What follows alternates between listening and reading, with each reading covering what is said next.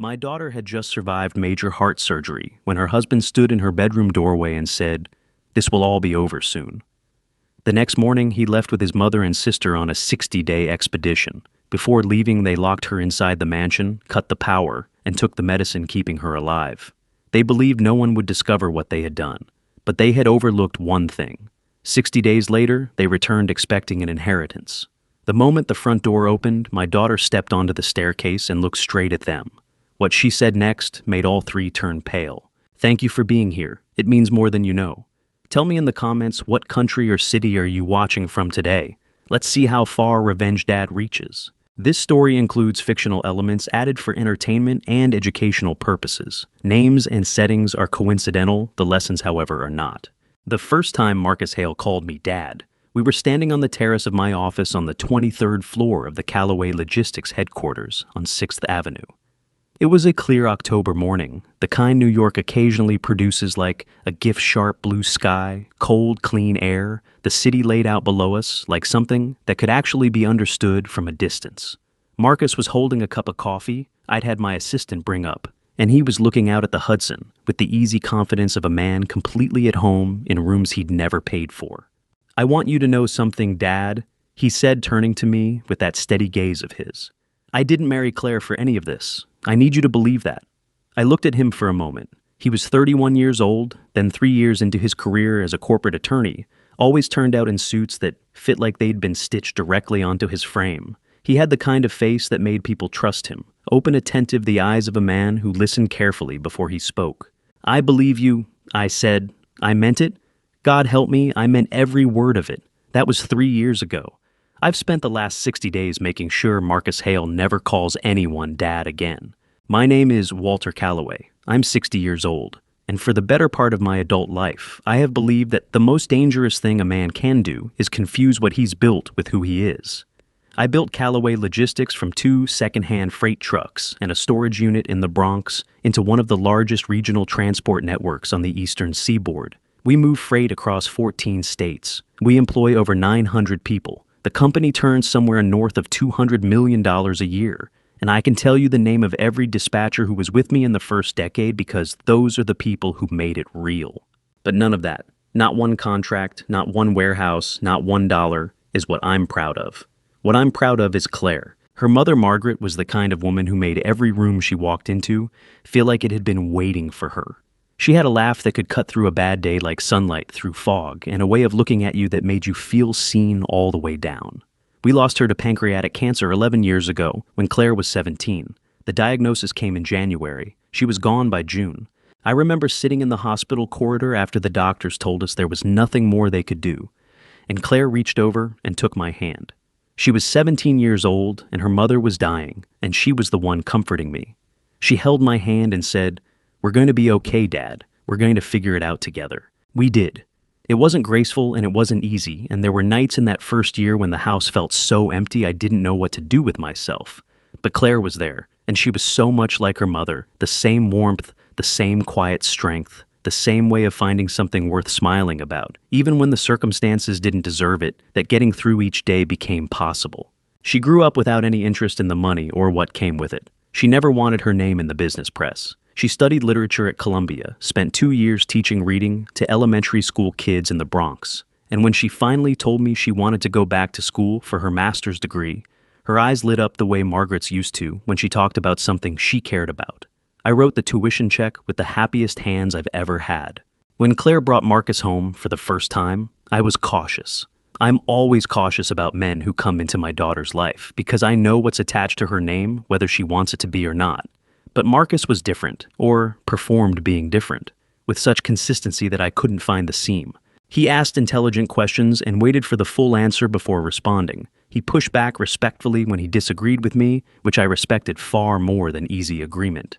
He called me sir for the first 6 months, then shifted to Dad so naturally that I couldn't tell you exactly when it happened. He told me once over dinner at a steakhouse on West 44th Street that the Callaway name made him feel the pressure of a man trying to prove he belonged, not the comfort of someone who thought he'd found a shortcut. "That's the right way to feel about it," I told him. "I know," he said. "That's why I'm telling you. In the second year of their marriage, I made a decision I now understand was a mistake, though it didn't look like one at the time.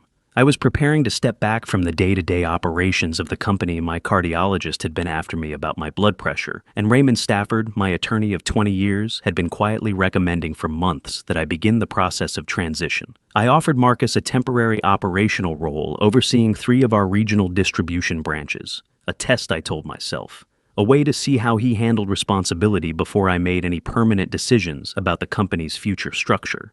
Marcus accepted with exactly the right amount of gratitude, not too eager, not falsely modest. "I won't let you down, Dad," he said, and his voice was so steady and so warm that my chest ached with something I can only describe as relief. One evening about 4 months into his role, Marcus and I were having bourbon on the terrace. After dinner, Claire had gone to bed early with a headache, and he asked me a question that I've replayed in my mind more times than I can count. "Can I ask you something about the company's ownership structure?" he said. "Just so I understand it properly. In terms of inheritance and succession planning, how is the equity currently distributed?" I told him, clearly and completely because he was family, and it seemed like exactly the kind of responsible question a man in his position should be asking. He nodded thoughtfully, swirling the bourbon in his glass. "That makes sense," he said. "Claire's a lucky woman to have a father who thinks ahead." I thought it was the comment of a man taking his responsibilities seriously. 3 months later, my daughter went into emergency cardiac surgery, and everything I thought I knew about Marcus Hale began to unravel. Claire came home from the hospital on a Tuesday 3 weeks after the surgery. She was pale and thin, in a way that made my throat tighten every time I looked at her. Not the pale of someone who needed rest, but the pale of someone who had been genuinely close to the edge and hadn't quite made it all the way back yet. The surgical team at New York Presbyterian had repaired the defect in her mitral valve, but the recovery protocol was strict and unforgiving: complete bed rest for a minimum of 3 months, medication administered at precise intervals every single day, a portable oxygen concentrator on standby at all times, and a cardiac monitor that beeped softly every few seconds like a small, insistent reminder of how fragile the whole arrangement was. I had already contacted a private nursing agency, 3 qualified nurses rotating 8-hour shifts around the clock. I'd interviewed each one personally and checked their references twice. I told Marcus the week before Claire was discharged. He looked at me across the kitchen table with an expression of such gentle concern that I almost didn't notice how carefully it had been arranged on his face. "Walter," he said, setting down his coffee cup, "I hear you, and I know you want the best for her. But Claire told me herself she doesn't want strangers in the house while she's recovering. She needs to feel safe, not managed." He leaned forward, his voice dropping to something intimate and reasonable. "We can handle this as a family. Mom is already offering to come stay. Brooke wants to help. Claire needs people who love her, not people on a payroll." I looked at him for a long moment, my jaw tight. Something in my chest pushed back against his words, a low and wordless unease I couldn't yet name. "She needs her medication on time," I said, "every single day, without exception." "Absolutely," Marcus said, meeting my eyes with total steadiness. "I give you my word. I should have trusted the unease. I should have trusted it completely." Judith Hale arrived 2 days after Claire came home, pulling up to the Riverside Drive entrance in a black town car with 4 pieces of matching luggage and the unhurried certainty of a woman who had already decided the house belonged to her. She was 58 years old, sharp-featured with the kind of posture that announced itself before she spoke. She kissed Claire on the forehead with practiced tenderness, and then turned to survey the master bedroom with the appraising eye of someone taking inventory. "We'll need to rearrange a few things," she announced, adjusting a pillow behind Claire's head with efficient proprietary hands. "The lighting in here is terrible for a recovery room, and that chair needs to go closer to the window." "Mom, the chair is fine," Claire said, her voice thin but patient. "Darling, I've raised 2 children. I know what a recovery room needs." Judith patted Claire's hand with a smile that didn't quite reach her eyes, then turned to me. "Walter, you must be relieved to have us here. Family is what she needs right now." I smiled back at her with every muscle in my face working independently of my actual feelings. "Of course," I said. "Thank you for coming, Judith." Brooke arrived the following afternoon, Marcus's younger sister, 27 years old, and moving through life with the breezy entitlement of someone who had never once been told no. She swept into the bedroom with an armful of flowers and a carry-on bag that clinked faintly when she set it down wine bottles, I suspected for the adults who were doing the hard work of visiting the sick. "Oh, Claire, you look exhausted," Brooke said, sitting on the edge of the bed and squeezing Claire's hand with the enthusiasm of someone performing concern for an audience. "But honestly, still gorgeous. How do you do it?" She laughed, tossing her hair, and then glanced at the cardiac monitor with the faint distaste of someone encountering an object that had no business being in a room she'd decided to enjoy. I watched Brooke's eyes travel to the small medication organizer on Claire's nightstand, 7 compartments each one, labeled with a day of the week, each one filled with the precise combination of drugs, keeping my daughter's heart functioning properly. She looked at it for exactly 1 second too long. My stomach dropped 3 floors. That evening, after Marcus had poured everyone wine in the living room, and the conversation had turned to the Hale family's upcoming social calendar, a fundraiser in the Hamptons, a friend's gallery opening in Chelsea, I excused myself and walked to the far end of the hallway. I called Raymond Stafford. He picked up on the second ring. "Walter, what's wrong?" "Maybe nothing," I said, keeping my voice low. "Probably nothing, but I want you on notice." "On notice for what?" I leaned against the wall, pressing my palm flat against the cool plaster. My heart was doing something uncomfortable in my chest. Not pain, just a steady, insistent alarm, like a phone ringing in another room. "I don't know yet," I said honestly. "I just need you to be reachable." Raymond was quiet for a beat. He'd known me for 20 years, long enough to understand that when I said I didn't know yet, I meant I knew enough to be worried. "I'm always reachable," he said. "Call me the second you have something specific." I stood there after I hung up, listening to the laughter drifting down the hallway from the living room. Brooke saying something that made Marcus chuckle, Judith's voice carrying above both of theirs with the satisfied ring of a woman who believed she was exactly where she was supposed to be. Then I went online and spent 40 minutes researching home medical equipment suppliers. The device I found was a backup cardiac oxygen concentrator, a model with an internal battery capable of running for 72 hours without external power, a built-in cellular modem that sent automated status alerts to a designated account, and a motion sensor that flagged absence of user activity. It was not cheap. I didn't care about that. I registered the device under the emergency services account of Callaway Logistics rather than my personal name. I arranged for it to be delivered, discreetly accepted it personally at the door, and installed it myself in the narrow space between Claire's wardrobe and the wall tucked behind a spare blanket, completely invisible unless you were looking for it. I told no one, not Claire, not Raymond, not Frank Doyle, my head of security, who I trusted with most things. The device was my contingency. My quiet line in the sand, and the fact that I felt I needed one at all told me more than I wanted to know about what my instincts were already calculating. That same evening, I heard Judith's voice from the kitchen below my room. She was talking to Brooke, and though I couldn't make out every word through the floor, 2 came through with perfect clarity. "Trust fund." My hand tightened around the edge of the windowsill until my knuckles ached with a sharp, bone-deep pressure. The unease I'd been carrying since Marcus talked me out of the nursing agency sharpened into something colder and more specific. I stood at the window looking out at the Hudson River, going dark in the evening light, and I told myself I was being paranoid. I told myself that for exactly 4 more days. Then I called Raymond again, and this time I had something specific. Marcus called me on a Wednesday morning, 9 days after Claire came home from the hospital. I was at my desk on the 23rd floor, working through a quarterly distribution report, when his name appeared on my phone screen. I picked up on the second ring. "Walter." His voice was warm and unhurried the way it always was when he'd already decided how a conversation was going to end. "Do you have a few minutes? I wanted to run something by you." "Go ahead," I said. "The family has been talking," he said, "and we think a change of scenery would do everyone some good. Judith has been exhausted from the caregiving, and Brooke and I have been carrying a lot of stress with everything that's happened. We've been looking at an expedition cruise, Iceland, Greenland, Svalbard, 60 days. Private vessel, fully staffed, the kind of trip that genuinely resets you." He paused, and in that pause I heard the careful architecture of what he was about to say next. "We're thinking of leaving in about 2 weeks. I set my pen down on the desk, very carefully. The way you set something down when your hand has started to shake and you don't want anyone to know. "Who's staying with Claire?" I asked. The pause that followed lasted exactly 2 seconds too long. "That's actually what I wanted to discuss," Marcus said. "We've had a conversation with Dr. Nash, the cardiologist who's been consulting on Claire's case, and she's confirmed that Claire has stabilized enough that short periods without direct supervision are medically acceptable. I'll forward you the email. It has her signature and her credentials." My jaw tightened until I could feel the pressure in my back teeth.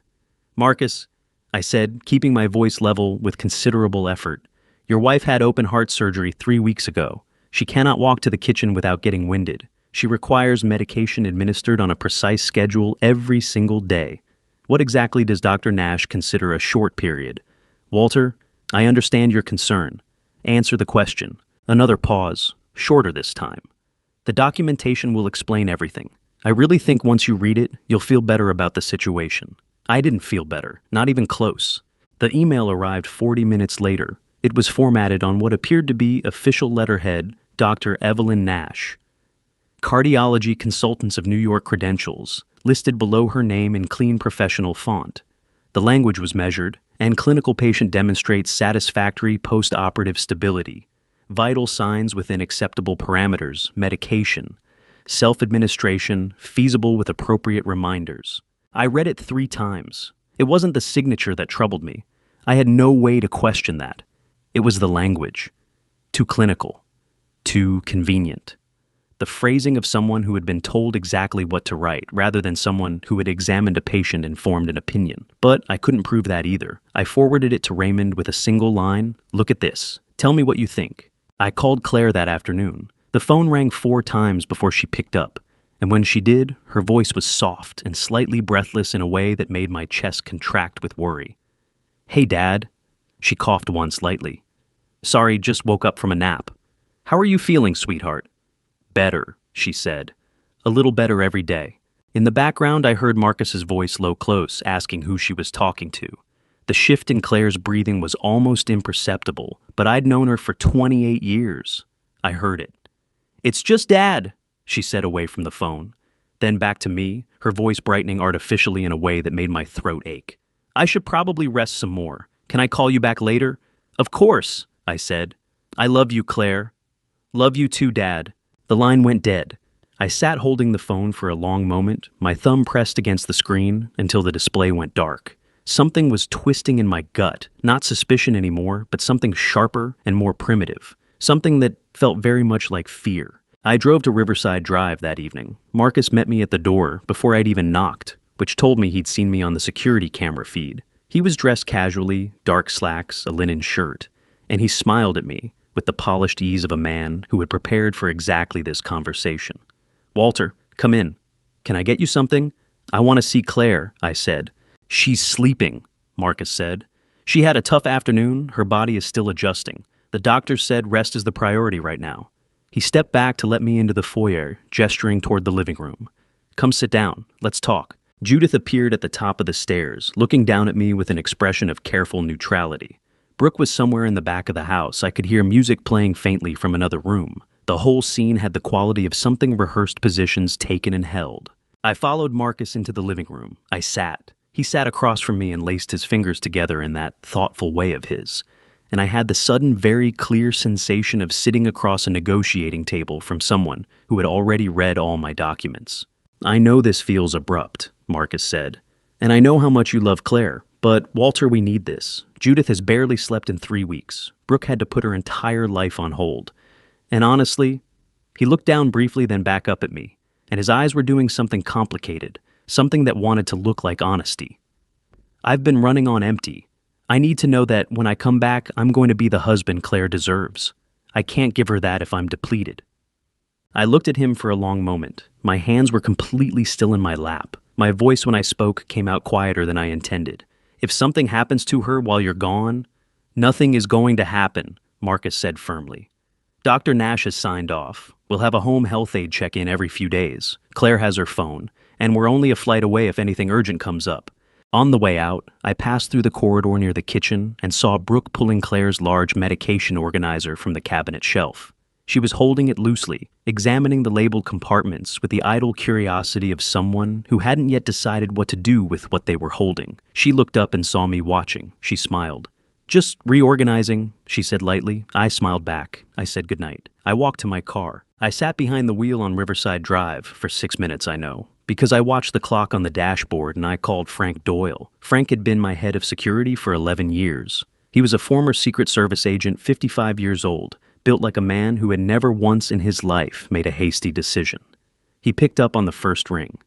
"Mr. Calloway." "Frank," I said, "I need you to be on standby, starting now."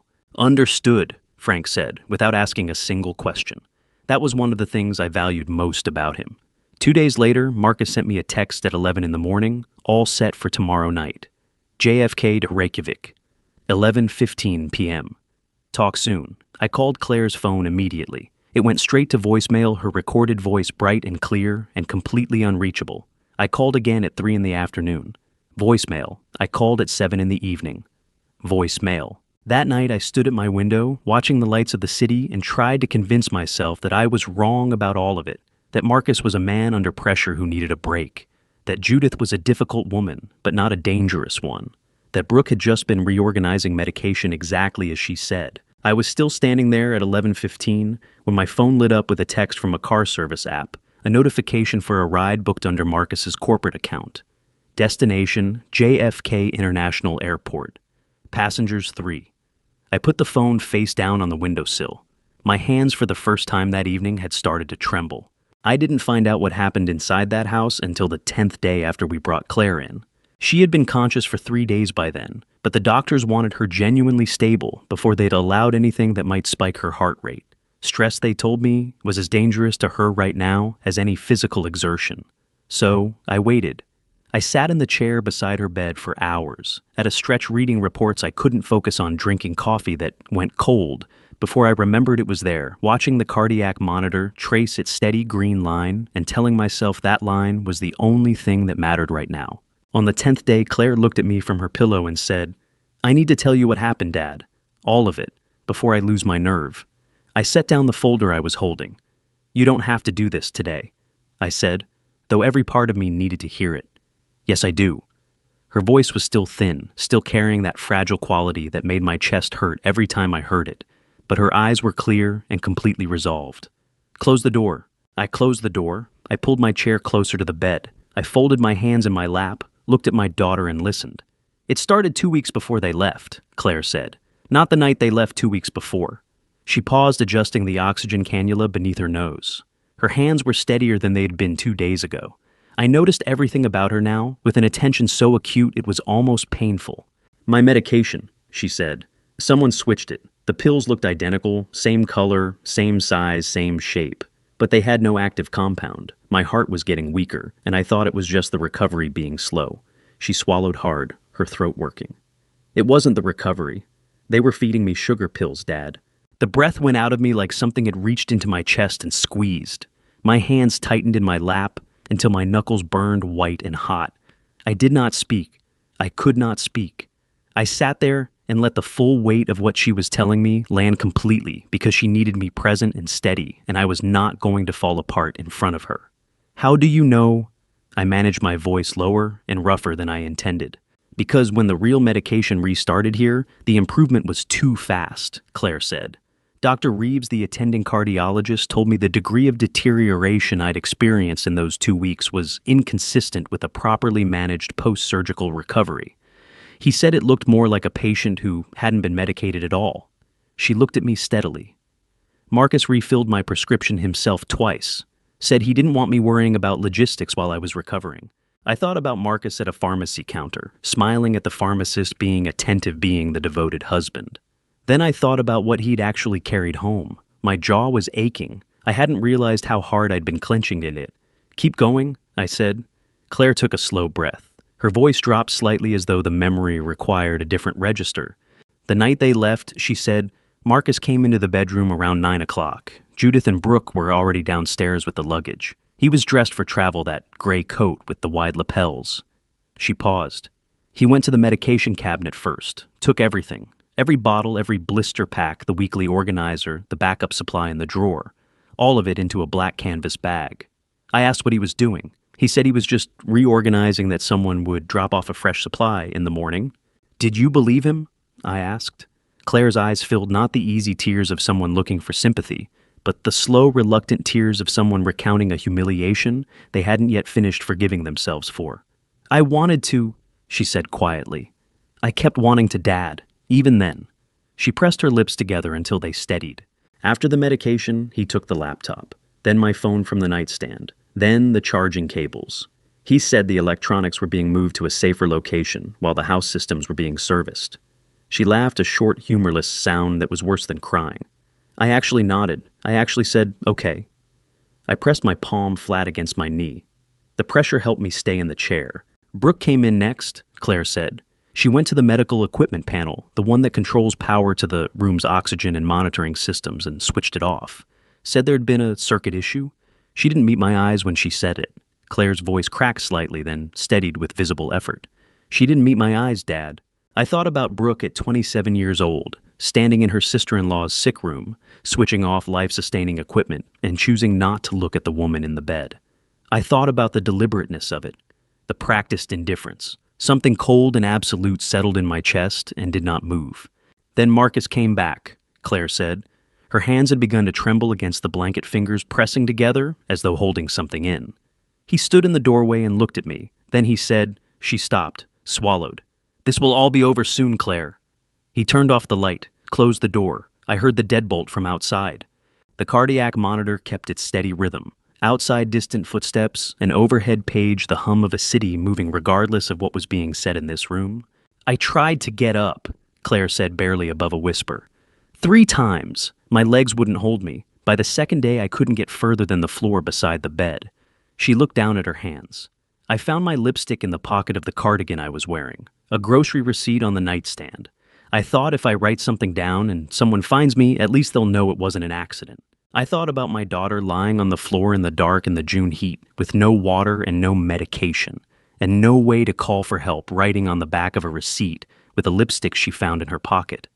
I thought about how much she must have loved me to believe even then that I was coming. My eyes were burning. I did not let them fill. I pressed my fist against my mouth for exactly 3 seconds, then lowered my hand and breathed.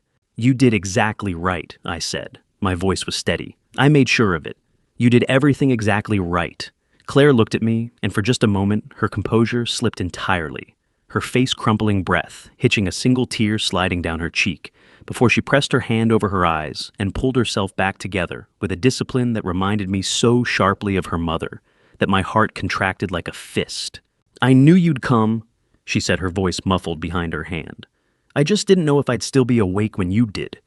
I reached over and covered her hand with mine. There was nothing to say that wasn't already there between us, in the room and the green line on the monitor, in the fact that we were both still here.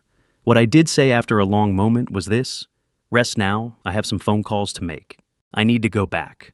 Back to the night before Claire told me any of this, the night I found out how close I'd come to losing her forever. Because the story doesn't move forward until you understand what 3:17 in the morning looks like when you're a father who already knows something is wrong but can't yet prove it. I hadn't been sleeping. Since Hales's car pulled away from Riverside Drive, I'd been operating for 2 or 3 hours at a stretch, waking with my heart hammering, my mind running through scenarios I didn't want to finish. I sat at my home office desk in the dark, working through reports I'd already read twice, drinking coffee I didn't taste, waiting for something I couldn't name. At 3:17 a.m. on the 3rd day, my phone lit up. The alert was red. I'd configured it that way deliberately, so it could never be mistaken for something routine. Callaway Logistics, Emergency Medical Device Alert Unit, ID CLOMC0047, Riverside Drive. Status: offline, Forstau, 51 hours, 23 minutes. Last: user activity. Not detected. I was on my feet before I'd finished reading it. The trembling in my hands stopped the moment the alert came through, replaced by something colder, the clarity that arrives when the thing you've been dreading finally shows its face and there's nothing left to do but move. Marcus, 4 rings, voicemail. I didn't leave a message. Judith, 1 ring, declined. Brooke, straight to voicemail. Claire's number rang 8 times in an empty room before voicemail picked up. I called Raymond. He answered on the 2nd ring. Walter, what's happened? The medical device at Claire's house has been offline 51 hours. I said, keeping my voice even with considerable effort. I can't reach anyone. Call NYPD welfare check at the Riverside Drive address. Do it while I'm getting dressed. Done, Raymond said. I'm calling the moment we hang up. I called Frank Doyle, 1st ring. Mr. Callaway. Immediate presence, no grogginess. Riverside Drive, now. Claire is inside and not responding. 8 minutes, Frank said.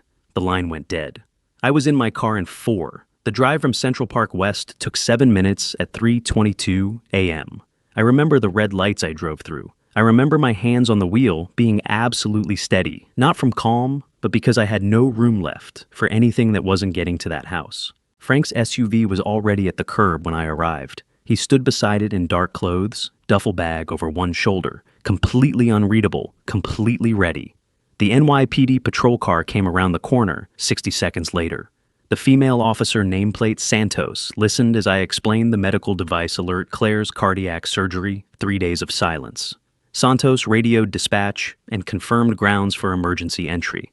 I'm her emergency medical contact, I said. The device is registered under Callaway Logistics account number, available on request. We're going in with you, Santos said. Frank went first up the stairs, his team behind him, officers behind them, me last because Frank had positioned me there deliberately. The 4th floor hallway was absolutely quiet, no light under Claire's door. Frank knocked twice and called out. Nothing. He looked at me. I nodded. First try the door held. Second try it held. Third try. It gave way with a sound like a gunshot, swinging hard into the interior wall. The air that rushed out was stale and warm and wrong before my brain had finished processing it. I went in first. Frank let me. Living room, dark. Kitchen, dark. Down the hall, bedroom door, phone flashlight on. Claire was on the floor beside the bed. She had tried to crawl to the door, made it 4 feet before her body gave out. She lay on her side, one arm, extended fingers, still curved as though reaching for something. Her lips were the color of a bruise. Her breathing was so shallow, I watched her chest for 3 full seconds before I was certain. I dropped to my knees and put my hand on her face. Cold, clammy, real. Claire. My voice came out broken in a way I hadn't planned for. Dad's here. Stay with me. Her eyelids moved. I took her hand in both of mine and pressed it between my palms. You're going to be okay, I said. I've got you. Her fingers tightened fractionally around mine.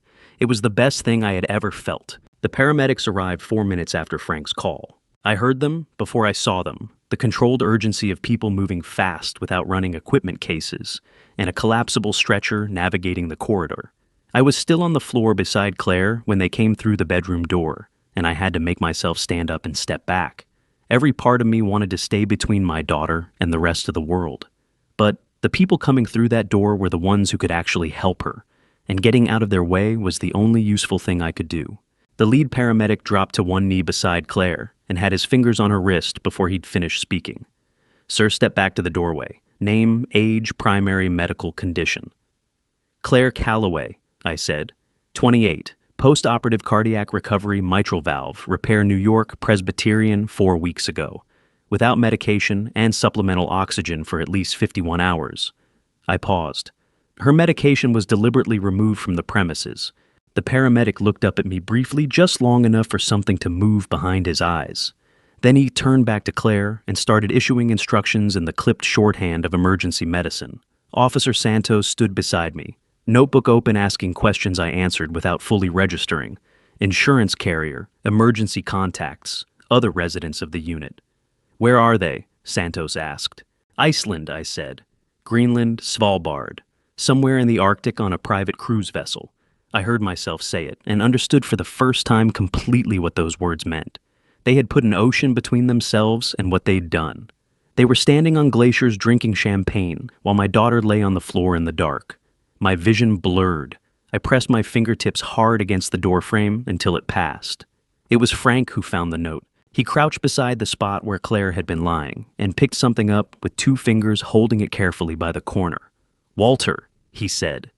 I crossed the room. A small rectangle of thermal receipt paper folded twice, slightly damp at one corner. I unfolded it. Red lipstick. Deep burgundy, the shade Claire had worn since college, the same shade her mother had favored.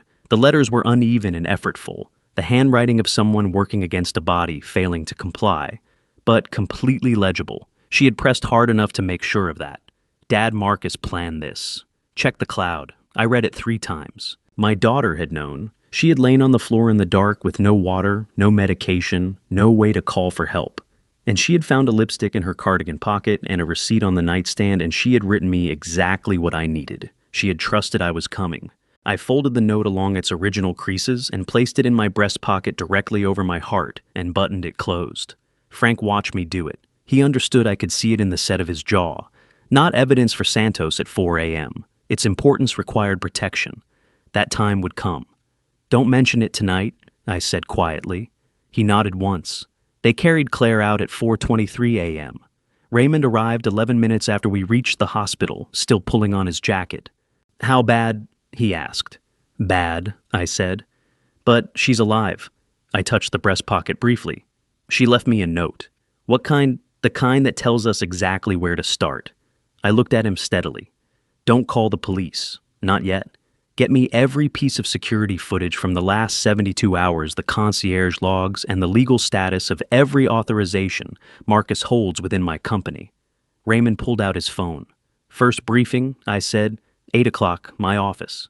I sat down in the corridor, put my face in my hands, and stayed like that for 90 seconds, long enough to feel the full weight of the last 4 hours. Long enough to acknowledge it. Then I sat up straight. 57 days left. And I intended to use every single one of them. Raymond arrived at my office at 8 o'clock, exactly as I'd asked. He set his briefcase on the conference table, took out 3 folders, and arranged them in front of him with the unhurried precision of a man who had spent the night working and wasn't going to let it show. I had been there since 6. The coffee on my desk was my 3rd cup. I hadn't tasted any of them. "It's security footage from the building," he said, tapping the first folder. "Concierge logs, entry and exit records going back 4 weeks. He tapped the second. "Every authorization Marcus currently holds within Callaway Logistics, signing authority proxy designations, credit accounts." He tapped the third. "And a full accounting of the supplementary cards in Marcus's name, Judith's name, and Brooke's name." I picked up the 3rd folder first.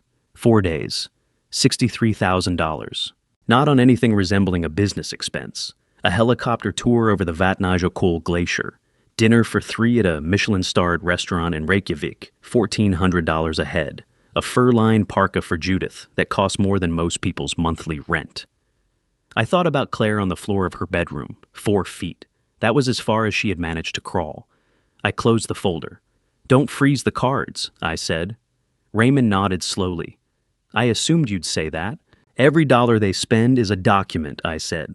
"Every transaction has a timestamp, a location, a merchant record. I want all of it, 57 days of it." I looked at him steadily. "Revoke every authorization Marcus holds. File the paperwork and execute it within the week. Quietly, no notifications, no flags, no announcements. Under New York General Obligations Law, Section 5-1511. I can do that unilaterally, so do it." "Done," Raymond said. He reached into the briefcase and placed a printed sheet in front of me. Marcus, standing on a glacier. Champagne glass, smiling like a man with nothing to hide. The caption read, "The world looks different from up here. Grateful for every breath of it." Posted at 11:42 a.m. Reykjavik time. At that exact moment, my daughter was in an ICU bed 14 time zones away, a cardiac monitor doing the work her own heart couldn't manage alone. I turned the printout face down.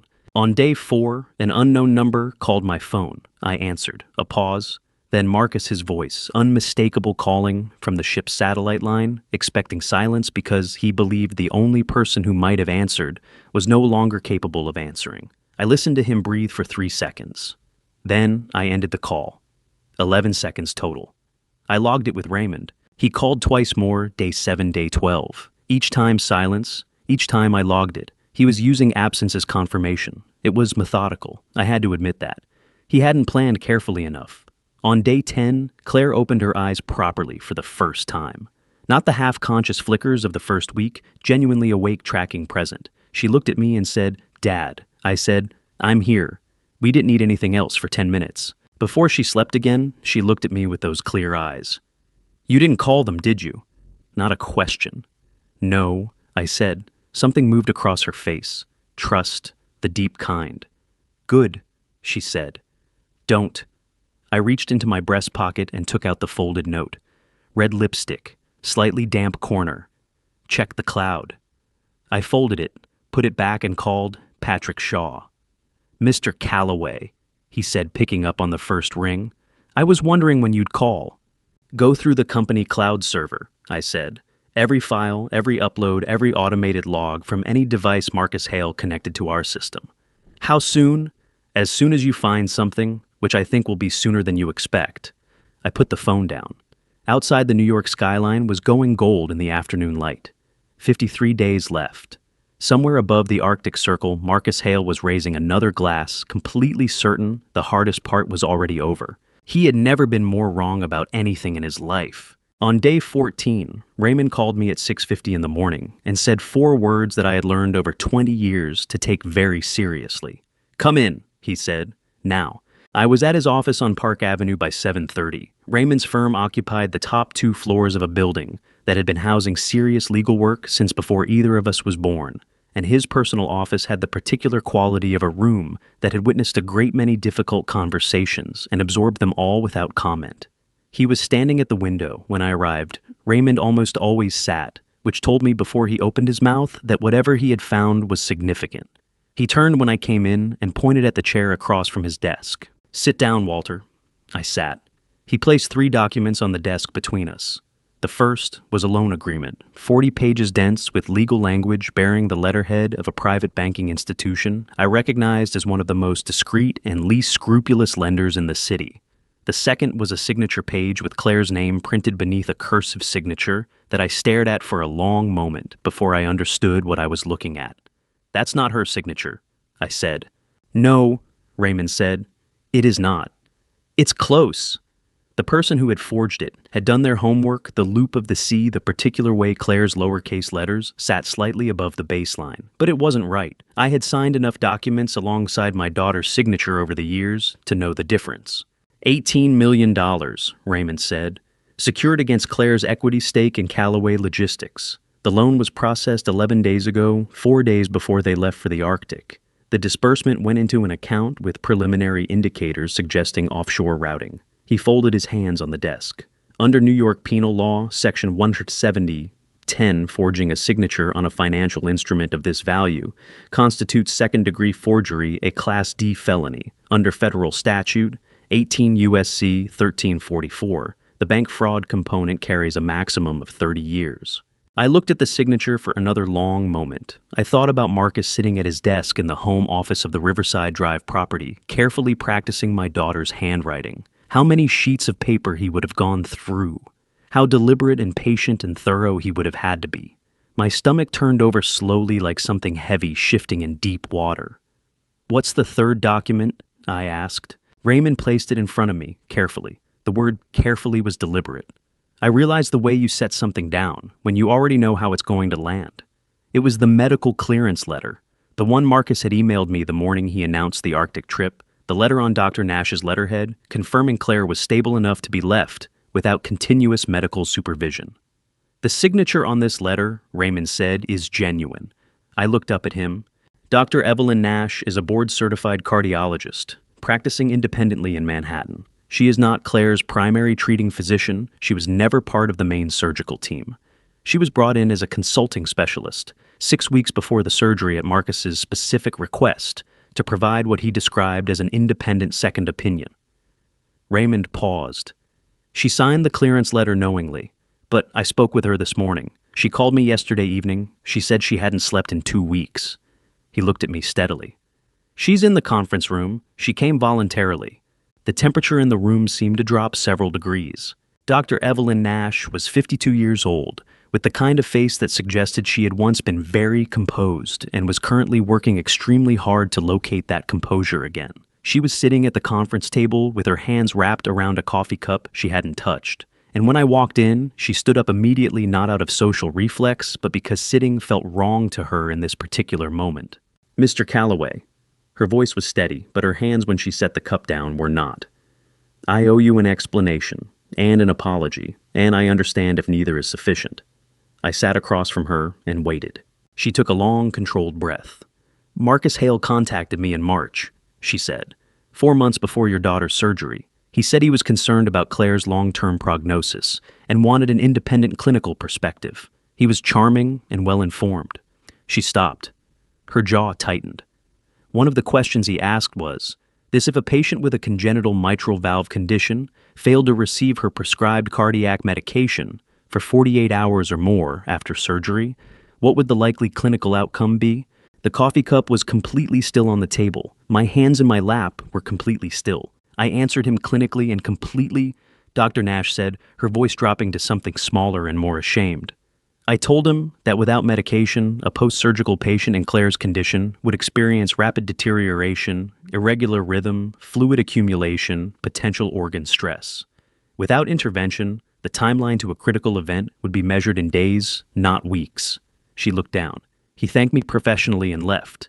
I told myself it was a concerned husband asking responsible questions. But it wasn't, I said. No. She looked up, her eyes bright with something that had been building for 2 weeks. 3 months later, he called again. He wanted a formal clearance letter confirming Claire could manage brief periods without direct supervision for insurance documentation, he said. He also told me that if I declined, he would file a complaint with the state medical board, claiming I had provided negligent advice that contributed to a deterioration in his wife's condition. He had a recording of our first conversation. He had notes, dates, timestamps. She pressed her lips together until they whitened. I was afraid, she said, and the words came out raw and stripped of everything professional. I was afraid and I was wrong, and I signed the letter. And then I watched the news every morning for 2 weeks waiting to read that Claire Calloway had died of post-surgical complications. Her voice broke entirely, and she pressed her hand over her mouth, one single suppressed sob that she pulled back under control with visible effort. And then Raymond called and told me Claire was alive, and I couldn't stay quiet one more day. I looked at this woman accomplished, frightened her career and her conscience both in pieces, and understood exactly what Marcus had done to her. He had found the pressure point and applied precisely enough force, and she had made the choice that frightened people make. Dr. Nash, I said, are you willing to testify to everything you've just told me, under oath in federal court with Marcus Hale sitting 20 feet away from you? 5 seconds of silence, her hands pressed flat against the table, steadying herself, the way you press your hands flat when the ground feels uncertain. Yes, she said. Her voice was barely above a whisper. Yes, I am. I nodded. I stood up and paused at the door. Raymond will handle the next steps. Don't speak to anyone, not colleagues, not family, not anyone claiming to represent Marcus. If anyone contacts you, call Raymond immediately. I walked back to Raymond's office and closed the door. I stood with my back to him, looking at the wall of legal texts above the credenza, row after row of dark spines, the accumulated architecture of 100 years of how human beings hold each other accountable. What Marcus had asked Dr. Nash in March, 4 months before Claire's surgery, before the diagnosis had even been confirmed as requiring surgical intervention, was not the question of a worried husband. It was reconnaissance. He had identified the weapon, consulted the manual, and waited with extraordinary patience for the right moment to use it. I turned around. Add Dr. Nash to the file, I said, and call Patrick Shaw. I want to know what he's found on the cloud server. Raymond was already reaching for his phone. 46 days left. Patrick Shaw called me at 6:47 in the evening on day 20. I was in Claire's hospital room when the call came in. She had been moved out of the ICU 4 days earlier into a private suite on the 8th floor, and the difference was considerable. There were windows now, real windows looking out over the East River, and afternoon light came through them in long gold bars that made the room feel almost like a place where normal life might eventually resume. Claire was sitting up in bed reading a novel my assistants had brought her. She had graduated from short sentences and careful sips of water to full paragraphs and actual meals, which the doctors described as remarkable progress, and which I privately attributed to the fact that my daughter had always been more stubborn than her circumstances. I stepped into the corridor to take the call. Mr. Calloway. Patrick's voice had a particular quality, not flat exactly, but deliberately emptied of inflection, the way it got when he was managing information that required careful handling. I had learned to pay close attention when Patrick sounded like that. I need you to come to the office, tonight, if possible. What did you find? I said. I'd rather show you in person, he said. I want you to hear it, not have me describe it.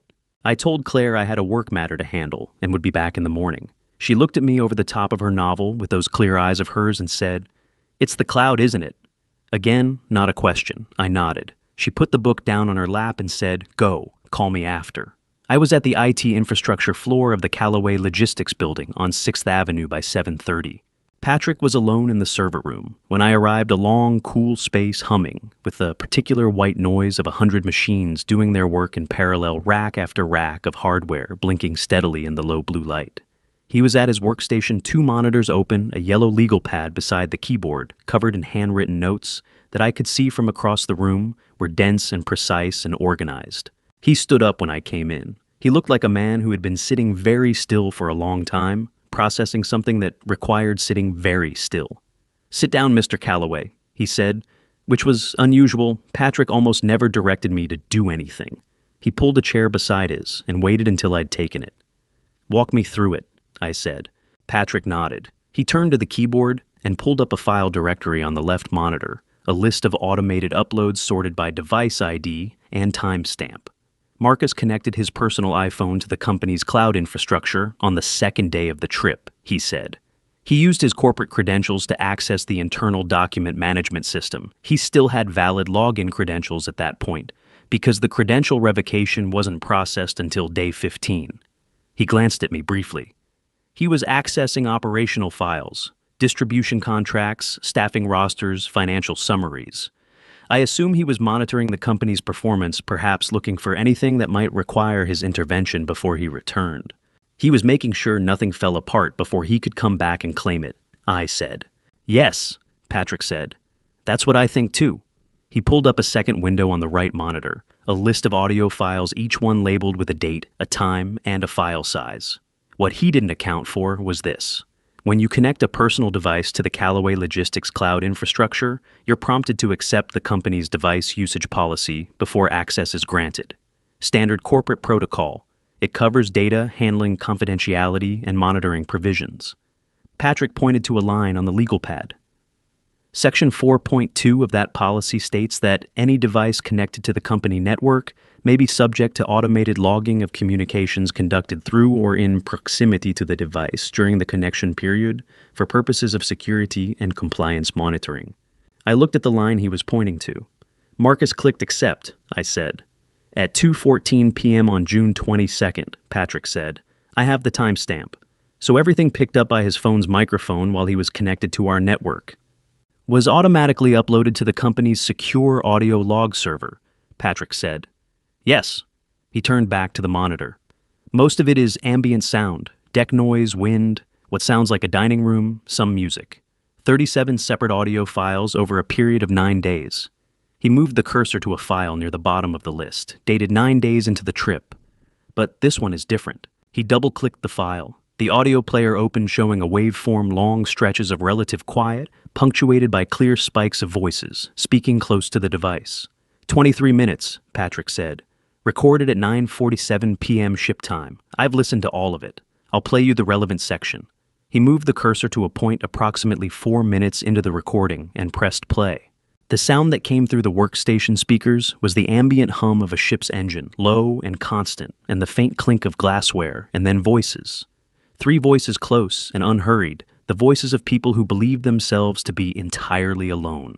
Brooke's voice came first, bright and slightly wine-softened. "She really looked awful at the end, didn't she? Before we left.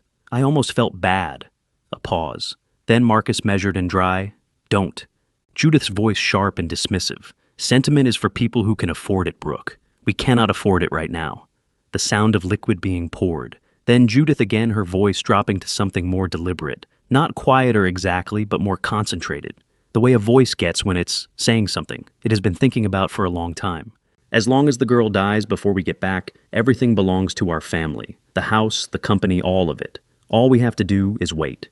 "Brooke, and you're sure she won't? I mean, there's no way she could." "Marcus, without the oxygen concentrator and the cardiac medication, her system will deteriorate within 48 to 72 hours. I asked a specialist about this months ago. These things are predictable, Brooke. That's what medicine is for." A brief laugh from Brooke, high and slightly hollow. The laugh of someone who was trying to match the room's tone and not quite succeeding. "Judith, stop making that sound. This is not a laughing matter. This is a business decision." "Marcus, she's right. Drink your wine and stop fidgeting." The recording continued for another 19 minutes, conversation, drifting to the next day's itinerary, complaints about the ship's internet connection, a discussion about what to do with the Riverside Drive property once the estate was settled. I sat through all of it. I did not move. I did not speak. I listened to these three people plan the distribution of my daughter's life with the same bored efficiency they might bring to a vacation itinerary, and I let every word of it land where it needed to land. When the file ended, the room was very quiet except for the steady hum of the servers. Patrick reached over and stopped the playback. He looked at me carefully the way you look at someone when you're not sure what they're going to do next. What I did next was reach into my breast pocket and take out the folded note. I smoothed it open on the desk beside the keyboard. Dad Marcus planned this. Check the cloud. I looked at it for a long moment. Then I looked at Patrick. That the timestamps, I said. My voice came out level and precise and entirely controlled, and I was deeply grateful for that. Every file, every second of audio, I need the chain of custody documented before anything else. The upload logs, the server receipt, timestamps, the device ID confirmation. All of it formatted for federal evidentiary standards. Patrick was already writing. I'll have it done tonight, he said. 3 separate secure copies, I said. 1 to Raymond, 1 to an off-site server, 1 archived under my personal credentials. I paused. And Patrick, nobody else hears this. Not your team, not the IT director, nobody. If anyone asks what you've been working on, you tell them routine security audit. Understood, Patrick said, without looking up from the legal pad. I folded the note and put it back in my pocket. I stood up. My legs were completely steady. My hands were completely steady. Everything about my exterior at that moment was completely steady. Inside, something had shifted into a place so cold and so absolute that it felt almost like calm.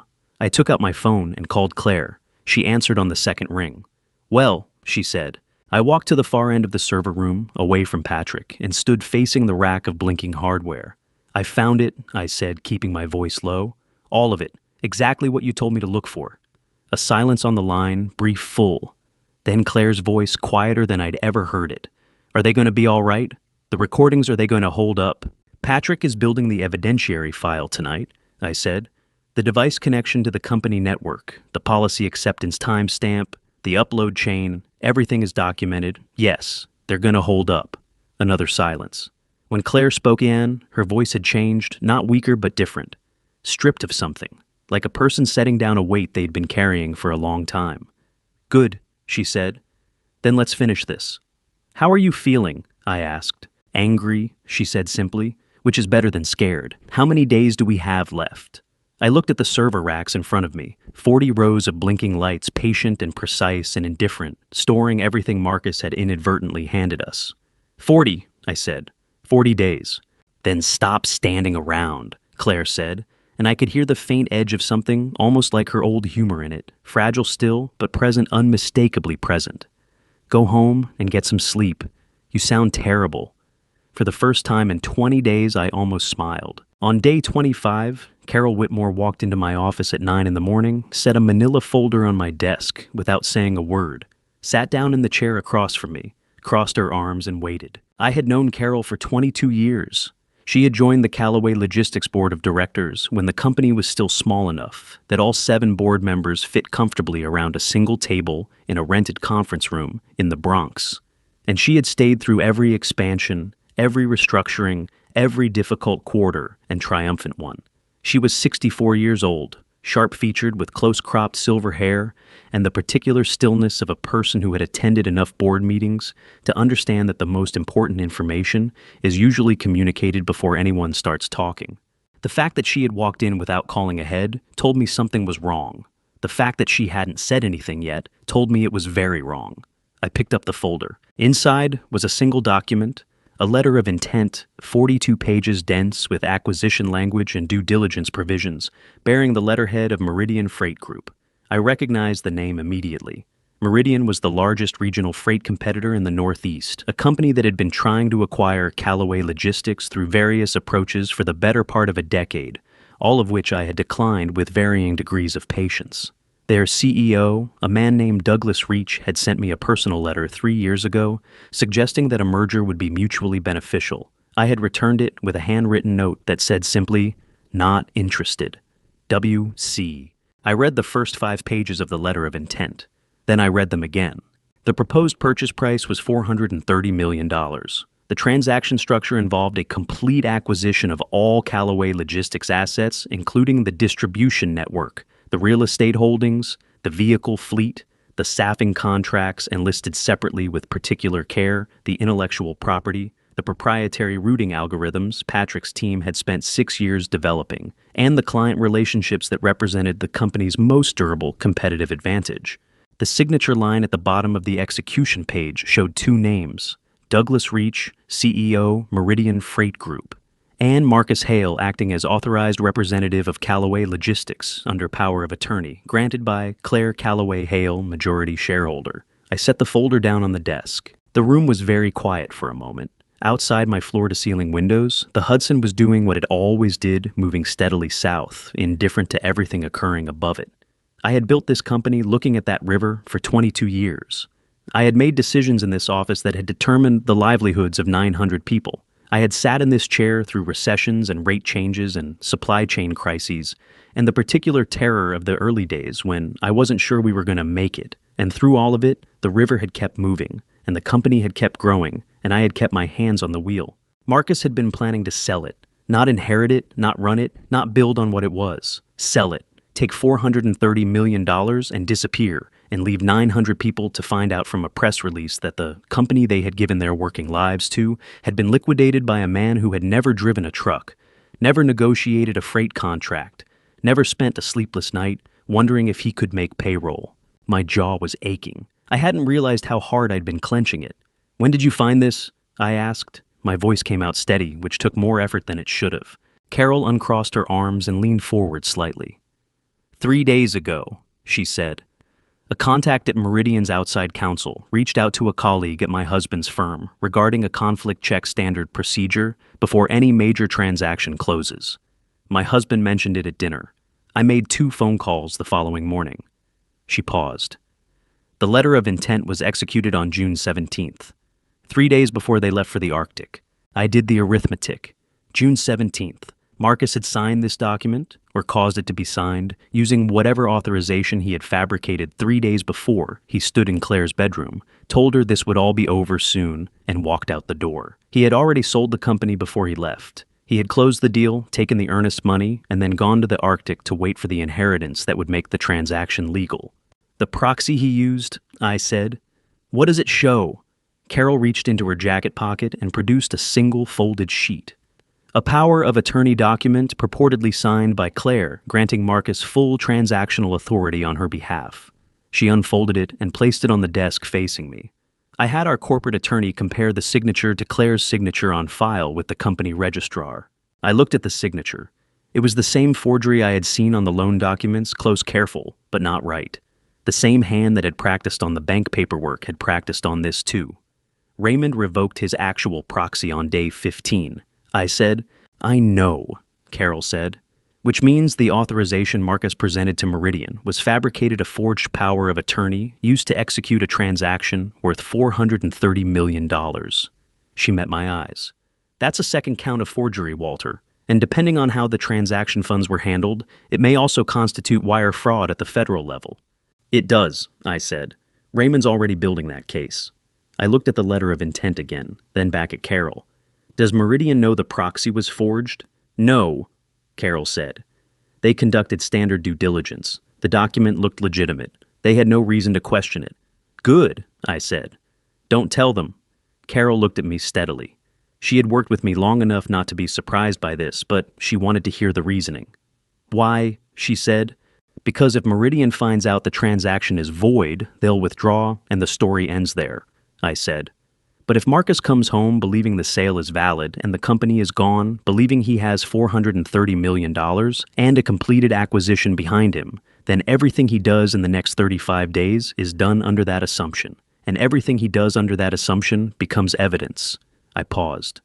I want him to walk back into this city thinking he won. I want him to believe right up until the moment the door opens that all of this worked exactly as he planned.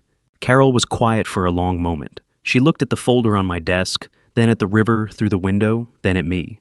When she finally spoke, her voice was very careful and very deliberate. Walter, she said, I've been on this board for 22 years. I watched you build this company from regional carrier to market leader. I watched you lose Margaret and keep coming in every morning. I watched you restructure during the 2008 collapse when every other carrier our size went under. She paused. I need you to tell me something, honestly. Go ahead, I said. Is Claire going to be all right? The question landed differently than I expected. Not as a board member's question about liability exposure or succession planning, as the question of a woman who had known Claire since she was a child, who had attended Margaret's funeral, who had sent flowers every year on Claire's birthday without being asked. My throat tightened. Just once, just briefly. Yes, I said. She's going to be all right. Carol nodded. She reached across the desk and placed her hand over mine for exactly 2 seconds. Firm, warm, and entirely without sentiment. Then she pulled it back, sat up straight, and said, What do you need from me? I need you to convene an emergency board meeting on day 58, I said, 2 days before they come back. I want every member present in person in this building, and I need it done without Marcus having any way to find out it's happening. Done, Carol said. She stood up, picked up the folder, and tucked it back under her arm. And the Meridian contract? Leave it exactly where it is, I said. Let them think they're buying a company. In 35 days, they're going to find out they bought nothing at all. Carol allowed herself a very small, very precise smile, the smile of a woman who had spent 22 years watching this company refuse to be taken apart by people who underestimated it. I'll make the calls, she said, and walked out. I sat alone in the boardroom for a long while after she left. The Hudson moved steadily past the windows.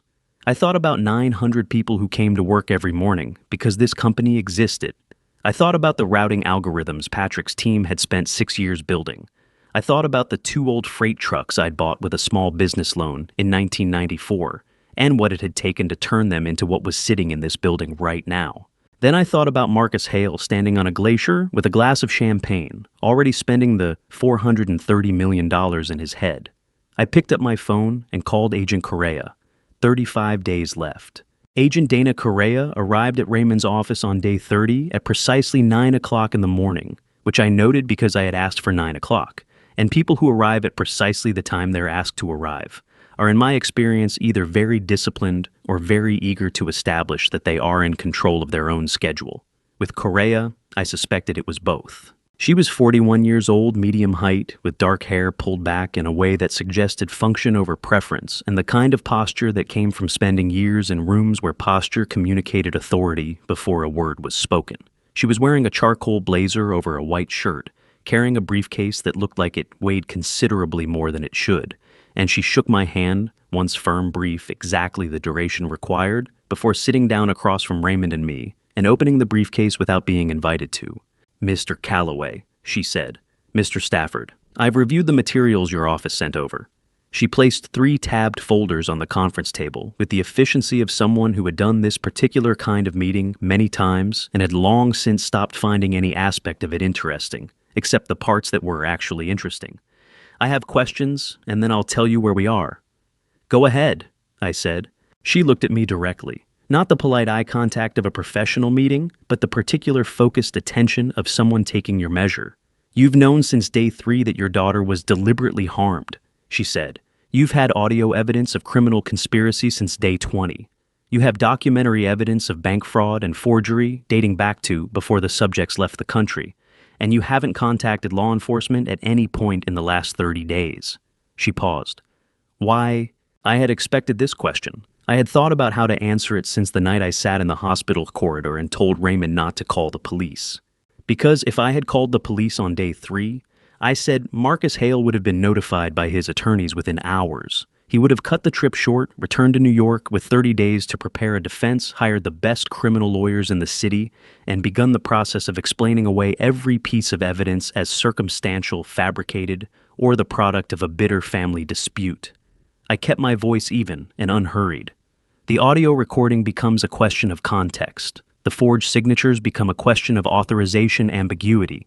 The medical evidence becomes a question of post-surgical complication versus deliberate harm. Every piece of what I have becomes a fight, and fights can be lost. I leaned forward slightly. What I have now is not a fight. It is a case, and I wanted a case. Correa looked at me for a moment without speaking. Then she said, That's a reasonable answer. It's also the answer of someone who has been conducting a private investigation into federal crimes, which creates complications. I'm going to need you to understand. Tell me, I said. She opened the first folder. The FBI's jurisdiction in this matter derives from three separate federal statutes, she said. Wire fraud under 18 U.S.C. 1343, the use of electronic communications to execute a fraudulent scheme which covers the forged loan authorization, the forged letter of intent, and the electronic transfers executed using company accounts. Bank fraud under 18 U.S.C. 1344. The $18 million loan obtained using a forged signature on a financial instrument, and money laundering under 18 U.S.C. 1956, specifically the transfer of approximately $2.3 million from Callaway Logistics corporate accounts into accounts in Iceland and Greenland during the subject's travel period. She looked up. Additionally, the conspiracy element, three subjects coordinating across state and international lines to execute a scheme resulting in serious bodily harm, gives us interstate conspiracy jurisdiction under 18 U.S.C. 371. Raymond was making notes. I was watching Correa. There's also, she said, with a precision that suggested she had saved this for a reason. The matter of the attempted murder charge. That's a state charge, New York penal law, 125.25 attempted murder in the second degree. My office will be coordinating with the Manhattan District Attorney, but the criminal homicide component falls under state jurisdiction. What we own is the financial crime architecture. She closed the folder. Together, the exposure for Marcus Hale is substantial. We're looking at a sentencing range that, absent cooperation agreements, would put him away for the better part of 2 decades. 14 years, I said. That's the number I've been working with. Correa tilted her head slightly, not disagreement, but the professional's instinct to neither confirm nor commit. Sentencing is the judge's domain, she said. What I can tell you is that the evidentiary package your IT director assembled is among the most complete pre-arrest documentation I've encountered in 16 years of financial crimes work. A pause, very brief but present. Your Patrick Shaw is meticulous. He is, I said. I want him available for a formal evidentiary interview within the week, she said. I also want Dr. Nash, and I want full access to the cloud server logs, the building security footage, and the complete credit card transaction history. Not the summaries your attorney has been working from the raw data. Raymond will provide everything you need, I said. There's one thing I need from you in return. Correa looked at me with the expression of a woman who had negotiated with a great many people who had things she needed and had learned to wait for the ask before evaluating it. The arrest, I said, I don't want it at JFK when they land. I don't want it at a hotel or a police precinct or anywhere that is efficient and clean and removed from what they actually did. I looked at her steadily. I want it at the Riverside Drive property, on day 60 when they walk through that door. I want my daughter in that room. Raymond shifted slightly in his chair beside me. Not objection, just awareness. Correa studied me for a long moment. The briefcase was closed in front of her.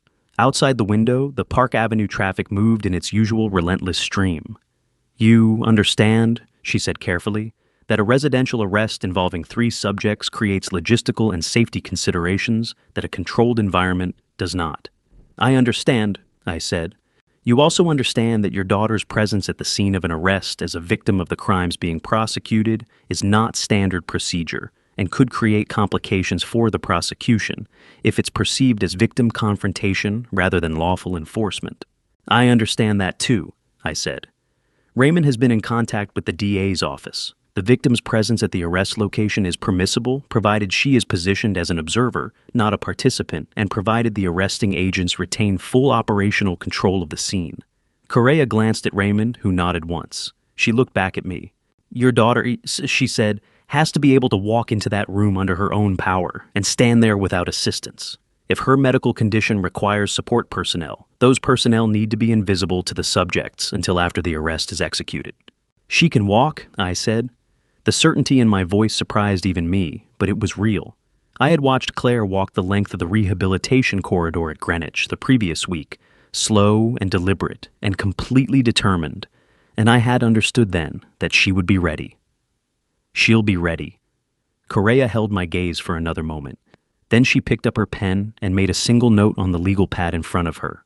Day 60, she said. Riverside Drive.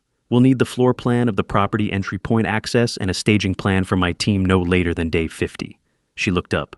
And Mr. Calloway, from this point forward, nothing moves without my office knowing about it first. No independent actions, no additional evidence collection, no contact with Meridian or the bank or anyone else connected to the financial transactions.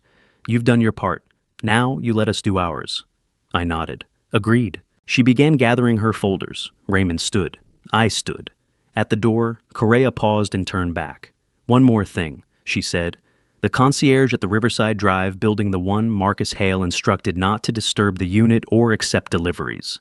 I'll need a formal statement from him. Raymond has his contact information, I said. She nodded. She looked at me one more time with that measuring look, the look that had started this meeting, and apparently needed to close it as well. Mr. Calloway, she said, most people in your position would have made this call on day one. The fact that you waited 30 days, assembled what you assembled, and walked in here with a case instead of a complaint is either very shrewd or very reckless. Another pause. In this instance, it appears to have been both. She walked out. The door closed behind her with a quiet, definitive click. Raymond turned to me. For a man who had been a litigator for 3 decades and had heard most things, he looked faintly impressed, which was unusual enough that I noticed it. She's good, he said. She's very good, I said, which is exactly what we need. I picked up my phone from the conference table. Call Patrick. I want the floor plan of the Riverside Drive property on Correa's desk by end of day. 30 days left. The 20 days between Correa's office and my drive to Greenwich were the longest of the 60. I worked, I filed, I let Raymond and Correa do what they needed to do, and I did not call them to ask for updates because asking for updates is what people do when they don't trust the work. I trusted the work. I just didn't sleep much. I want to be clear about something. I didn't spend those 60 days being angry. Anger is a fire that burns whatever you're standing on, and I needed solid ground. What I spent those 60 days being was precise in a way I had never been before. Not in 30 years of building a company. Not in the hardest negotiations of my career, not even in the months after Margaret died, when I had to learn how to be precise about grief, because the alternative was to stop functioning entirely. But on day 50, when I walked into the private rehabilitation center in Greenwich, Connecticut, and found Claire sitting in a garden chair on the sun porch with a cup of tea and a legal pad covered in her own handwriting, I understood that precision had its limits, that there were things that had to be felt rather than managed, and that the only question was when you were going to allow yourself to feel them. The facility was a converted Victorian house set back from the road behind a stand of old oaks, the kind of place that announced quietly and without apology that the people inside it were being taken care of completely. Claire had been here for 10 days. The doctors at Presbyterian had cleared her for transfer with enough genuine optimism in their voices that I had allowed myself to believe it, which I had been careful not to do too often. She looked up when I came through the door from the garden path, and the first thing I noticed, the thing that hit me before I had processed anything else, was the color in her face. Not the artificial flush of someone who had been moved to a sunnier room, but actual color. The color of someone whose body was doing what it was supposed to do again. She smiled at me. It was Claire's real smile, the one that started in her eyes, before it reached her mouth, the one that looked exactly like Margaret's. My chest did something complicated that I did not have a name for and did not attempt to name. You look terrible, she said. So I've been told, I said. I pulled a garden chair close to hers and sat down. The sun was warm on the back of my neck. The oak trees moved slightly in a breeze I could barely feel. For a moment, just a moment, I let myself exist only here in this garden with my daughter who was alive and getting better. And I let everything else wait outside the gate. Then Claire looked at the legal pad in her lap and said, "Tell me all of it, from the beginning. I want to understand exactly where we are." So, I told her.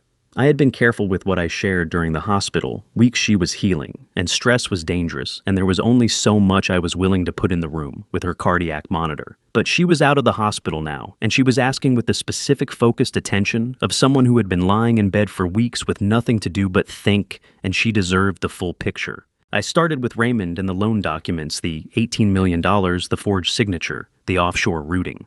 I watched her jaw tighten when I described the forgery, her pen pressing harder against the legal pad as she made a note. I told her about Dr. Nash, the March meeting, the questions Marcus had asked 4 months before her surgery, the clearance letter, and the threat behind it. Claire set her pen down when I got to that part. She looked out at the garden for a moment, her throat working. "He planned this before I even knew I needed surgery," she said. Her voice was very quiet and very even in the way of someone who has already cried about something and come out the other side of it.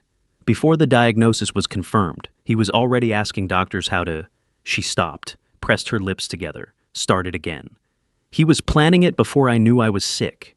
Yes, I said. I did not soften it. She hadn't asked me to. She picked up her pen again. Keep going, she said. I told her about Patrick and the cloud server, the device policy, the automated recording, the 23 minutes of audio recorded aboard the ship.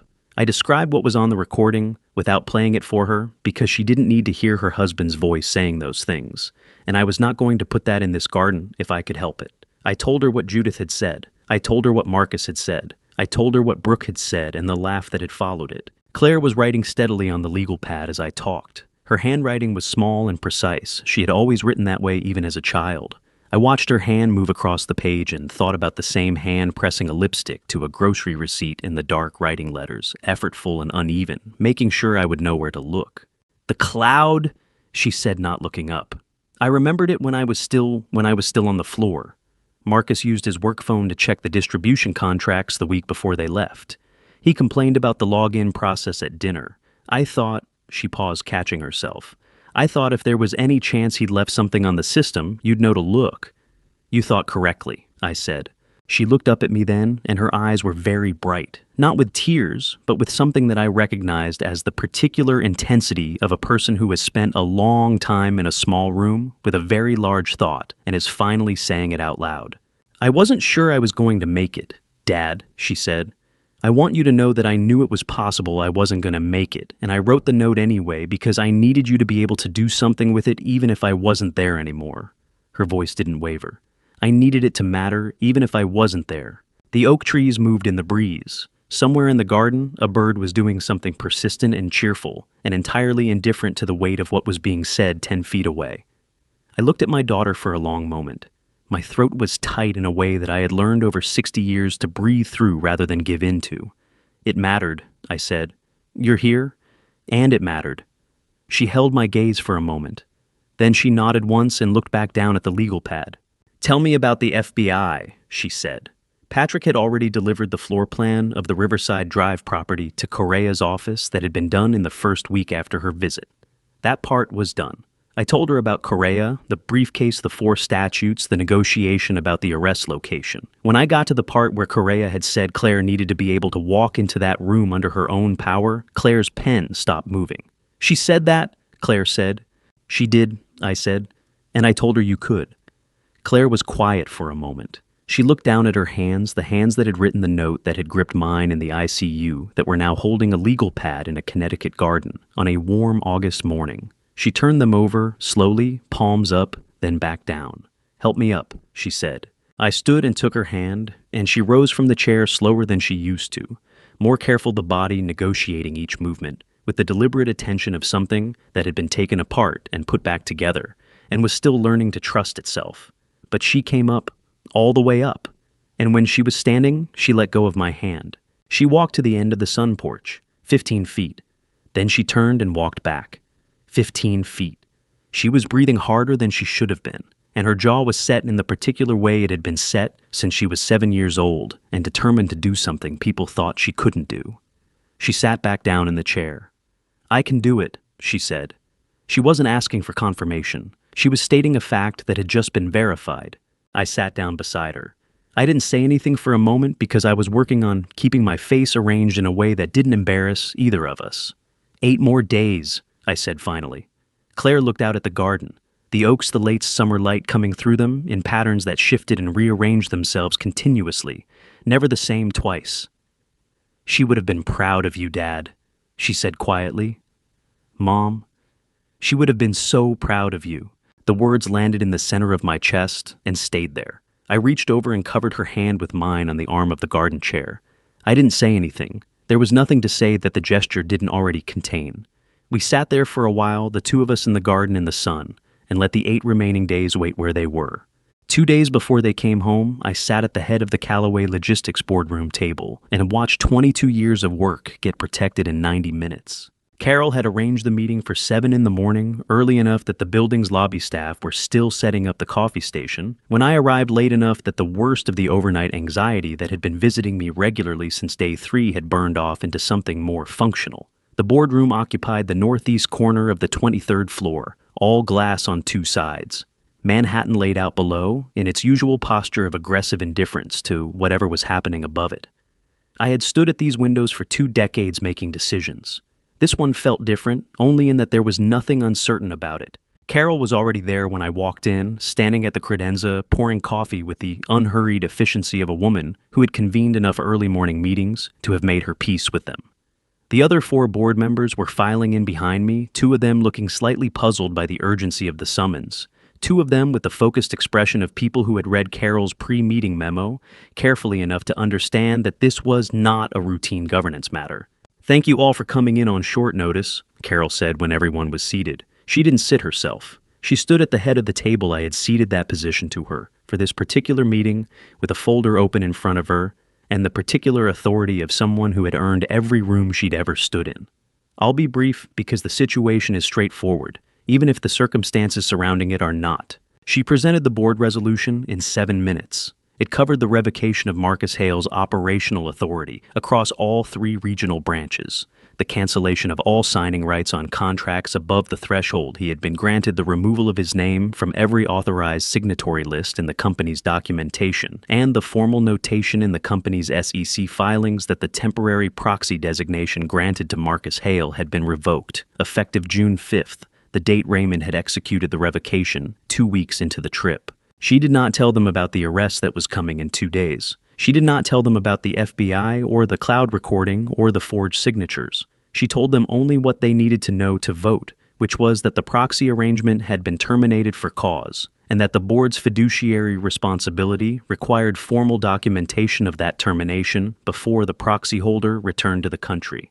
The vote was 4-0 in favor. It took 11 minutes. After the meeting, as the other board members filed out with the slightly dazed efficiency of people who had done something significant before 8 in the morning and weren't yet sure how to feel about it, Carol came to stand beside me at the windows. She held her coffee cup in both hands and looked out at the city. "How are you sleeping?" she asked. "Adequately," I said, which was the most honest answer I could give without being specific. She made a sound that might have been a short laugh. "Walter," she said, "in 22 years, I have never once heard you describe anything as adequate. Adequate is not a word you use." She looked at me sideways. "It means you're not sleeping at all." I didn't confirm or deny this. Carol didn't need me to. "2 more days," she said. "2 more days," I said. She finished her coffee, set the cup on the credenza, picked up her folder. At the door, she stopped and looked back at me with the expression she reserved for things she had considered carefully before saying. "Bring her home safe," she said. Not a request, not a professional instruction. Just Carol Whitmore, 64 years old, who had known Margaret and had watched Claire grow up at company events and holiday dinners, and the occasional Saturday morning in this building, when I'd had no one to leave her with, and had brought her in and set her up at the conference table with a legal pad and a box of colored pens. "I will," I said. She walked out. The boardroom was empty. I stood at the windows for a while longer, looking at the river. Frank picked me up at 10. We drove to Riverside Drive in his SUV, which was cleaner than usual. He had detailed it the day before, which told me he was preparing for something in the way that Frank always prepared, by controlling the variables he could control and making no comment about the ones he couldn't. The building's concierge, a broad-shouldered man named Gerald, who had worked the day shift on this block for 11 years, and who had given a formal statement to Agent Correa's team the previous week, met us in the lobby. He had a copy of the building's entry log for the past 3 months, which he handed to Frank without being asked. Frank signed the receipt without looking up. The elevator to the 4th floor was silent. The unit was exactly as I had left it the last time I'd been here, which was the night we brought Claire out, the night Frank had shouldered the door open and the wrong kind of air had rushed out at us in the dark. The building's management team had cleaned it professionally in the weeks since.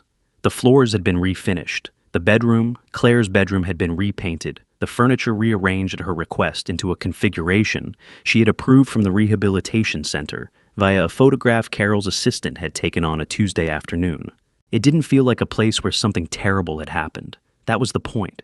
I had wanted it to feel like what it was, a home that belonged to my daughter, that had been returned to her, that was waiting for her. Frank walked the perimeter of the unit with the focused attention of a man doing a final security assessment, which was exactly what he was doing. He checked the entry points: the front door, the service entrance, the windows on the east wall. He noted the positions of the building's interior cameras, which Correa's team had already reviewed. He walked the hallway, the living room, the kitchen corridor, and came back to where I was standing in the center of the living room. Correa's team confirmed staging this morning, he said. 4 agents, 2 in the hallway before entry, 2 positioned inside after the door opens. Raymond had also arranged for the bank's legal representative to be present, a senior counsel from the institution that had processed Marcus's $18 million loan. He would be there to deliver the personal liability notice in person, on the record in that room. She'll have a warrant team on standby at the building service entrance. He paused. She wants you seated when they come in, center of the living room facing the door. She said, and I'm quoting her directly, that she does not want you between her agents and the subjects at any point during the initial contact. Understood, I said. She also said Claire should be at the top of the stairs, Frank said. Not in view from the hallway, only visible once they're fully inside and the initial contact is established. I nodded. I had already discussed this with Claire. She had said, with characteristic brevity, "Tell her I know how to make an entrance." Frank allowed himself the smallest possible suggestion of a smile, at that which for Frank was the equivalent of laughing out loud. I walked to the coffee table in the center of the living room, a low, solid piece of furniture in dark walnut that Claire had picked out herself 2 years ago, and stood in front of it for a moment. Then I reached into the breast pocket of my jacket. The note was there, as it had been every day for 58 days. I unfolded it slowly, smoothing the creases with my thumb, the way I had done perhaps 100 times since that night on the 4th floor, when Frank had held it out to me by the corner. The thermal paper had yellowed slightly at the edges. The red lipstick letters had faded fractionally, not enough to obscure anything, but enough to show that time had passed. Dad Marcus planned this. Check the cloud. I placed it on the center of the coffee table, not tucked away, not hidden. In the open, where anyone who walked into this room would see it immediately, where Marcus Hale would see it the moment he stepped through that door and looked at the man sitting in the chair behind it. I stood back and looked at it for a long moment. Then I looked around the room, the windows, the light, the furniture arranged exactly as Claire wanted it, the absence of everything that had been wrong about this place on the night I had last been here. "Frank," I said. "Sir." "Go get Claire." Frank crossed the room, paused at the door, looked back at me once. He was not a man who expressed things easily or often, but the look he gave me then contained something I recognized, the particular steadiness of a person who had stood beside you through something difficult and was not going to leave until it was finished. Then he walked out into the hallway, and I heard the elevator engage, and I sat down in the chair facing the door. The apartment was very quiet. The afternoon light came through the windows in long, horizontal bars crossing the floor and the coffee table, and the folded note in red lipstick and landing against the far wall in a warm rectangle that moved almost imperceptibly as the sun shifted. I reached into my pocket out of habit, looking for the note, and found the pocket empty for the first time in 58 days. It was on the table, right where it belonged, right where he would see it. I folded my hands in my lap. I looked at the door. 2 days ago, I had been sitting in a garden in Connecticut, listening to my daughter tell me she had been afraid she wasn't going to make it. Tomorrow, she would walk down the stairs of this apartment under her own power and stand in front of the man who had decided her life was an inconvenience to be eliminated. I thought about that for a while. Then I heard the elevator in the hallway and the sound of footsteps, and the door opened, and Claire walked in with Frank 2 steps behind her, and she looked around the room with the calm, assessing gaze of a woman taking the measure of a space she intended to reclaim. She saw the note on the coffee table. She looked at it for a long moment. Her throat moved. Her chin came up. "Good," she said quietly. "Let him see it." She walked to the base of the stairs and stood there, one hand resting on the newel post, looking up toward the landing above. She was wearing a dark blue dress, and her hair was down, and she looked in the slanted afternoon light so much like her mother that something in my chest cracked open and quietly bled. "I'll be ready," she said, not to me specifically, to the room, to the next 2 days, to whatever was coming through that door. I believed her completely. Before I show you what Walter had been building for 60 days, comment justice. If you believe people always get what they deserve, because what happens next, I think you've been waiting for it since the very first minute. This story includes some fictional elements crafted for reflection and education. If you'd prefer not to continue, this is a natural place to pause. No hard feelings. I heard the luggage wheels before I heard their voices. Marcus always traveled with 4 bags. I counted 4 distinct sets of wheels in the hallway outside the particular rolling rhythm of hard-shell luggage on marble flooring, unhurried and self-satisfied, the sound of people who believed they were coming home to collect something that belonged to them. Then Judith's voice carrying clearly through the door, "I want a shower and a real meal," in that order, and then we look at the property listings Douglas sent over. "Marcus, we have time for all of it, relax." Brooke slightly quieter. What are we going to find in there?" A pause. Then Marcus with the flat certainty of a man who had already decided, "Nothing we haven't planned for." I sat in the center of the living room with my hands folded in my lap and the note on the coffee table in front of me and did not move. The electronic keypad beeped outside. Marcus entering his code, an error tone. "What?" Marcus sharply, the sound of him trying again. Another error tone. "Judith." "Marcus, what's happening?" "I don't know." His voice had changed, not panic, not yet, but the first hairline crack of a man whose certainty was meeting resistance. "The code isn't working. I'll try 3rd attempt, 3rd error, Brooke, maybe the system reset. Can you call the building?" The deadbolt disengaged from the inside. The door swung open. Frank stood in the entryway, filling it completely, his expression. The expression of a man who had been waiting for exactly this moment and had no particular feelings about it beyond professional satisfaction. He stepped aside without a word. 3 faces in the hallway. 3 people who had left 60 days ago, carrying the absolute certainty that what they were returning to was a settlement, an estate to be processed, a company to be sold, a life to be liquidated. What they were looking at instead was a sunlit living room, the smell of cedar and clean air, and me, sitting in a chair, alive, waiting. The silence lasted perhaps 2 seconds. Judith recovered first, or tried to. She took a step forward with her chin up, and her voice pitched at the register she used when she intended to dominate a room. "Walter, what on earth are you doing here? This is our—" "Judith," I said, very quietly. "Look at the table." She looked down at the coffee table, at the folded note with its red lipstick letters. Her face did something complicated and uncontrolled, the first genuinely unguarded expression I had ever seen on her. Marcus was staring at me. His face had gone the color of old ash. The carry-on bag in his hand dropped from his fingers without him appearing to notice. His mouth opened. Nothing came out. Brooke had taken 3 steps backward until her shoulders hit the hallway wall. Her hands were pressed flat against the plaster behind her, trembling visibly, her eyes moving between me and the note and the door, and back again, like someone calculating exits and finding none of them available. I looked at Marcus for a long moment. He had called me Dad 3 years ago, on a terrace in the October wind. He had looked at me with eyes I had believed were honest. "You had 60 days, I said. "I had 60 days. The difference is what we did with them." Marcus's jaw worked. He was trying to locate something, an argument, an explanation, the smooth, professional composure that had carried him through every room he'd ever been in. He couldn't find any of it. His hands had started to shake. His eyes were doing something desperate and searching, moving around the room, taking in Frank and the 3 figures in dark clothing, positioned at the edges, and Carol Whitmore standing near the credenza, with her arms crossed and her face absolutely still. Then he looked at the staircase. Claire was standing at the top, one hand on the newel post, looking down at him. She was wearing a dark blue dress and her hair was down, and she was completely, entirely, unmistakably alive. The sound Marcus made was not a word. It was something that came from below language, a short, ragged exhalation, as though something had struck him in the chest, hard enough to take the air out of him. Claire descended the stairs, slowly, each step deliberate and unhurried and completely under her own power. She reached the bottom and crossed the room and stopped 3 feet in front of her husband and looked at him with the level, clear gaze of a woman who had written a note in lipstick on a grocery receipt in the dark and trusted that it would be enough. "How was Svalbard?" she said. Marcus lunged. He moved without warning, without the calculation that had defined every other thing he'd done in the past 60 days. Pure reflex, pure panic, reaching for Claire with both hands as though he could somehow undo the last 2 months by closing the distance between them. Frank's hand came down on Marcus's shoulder like a structural collapse.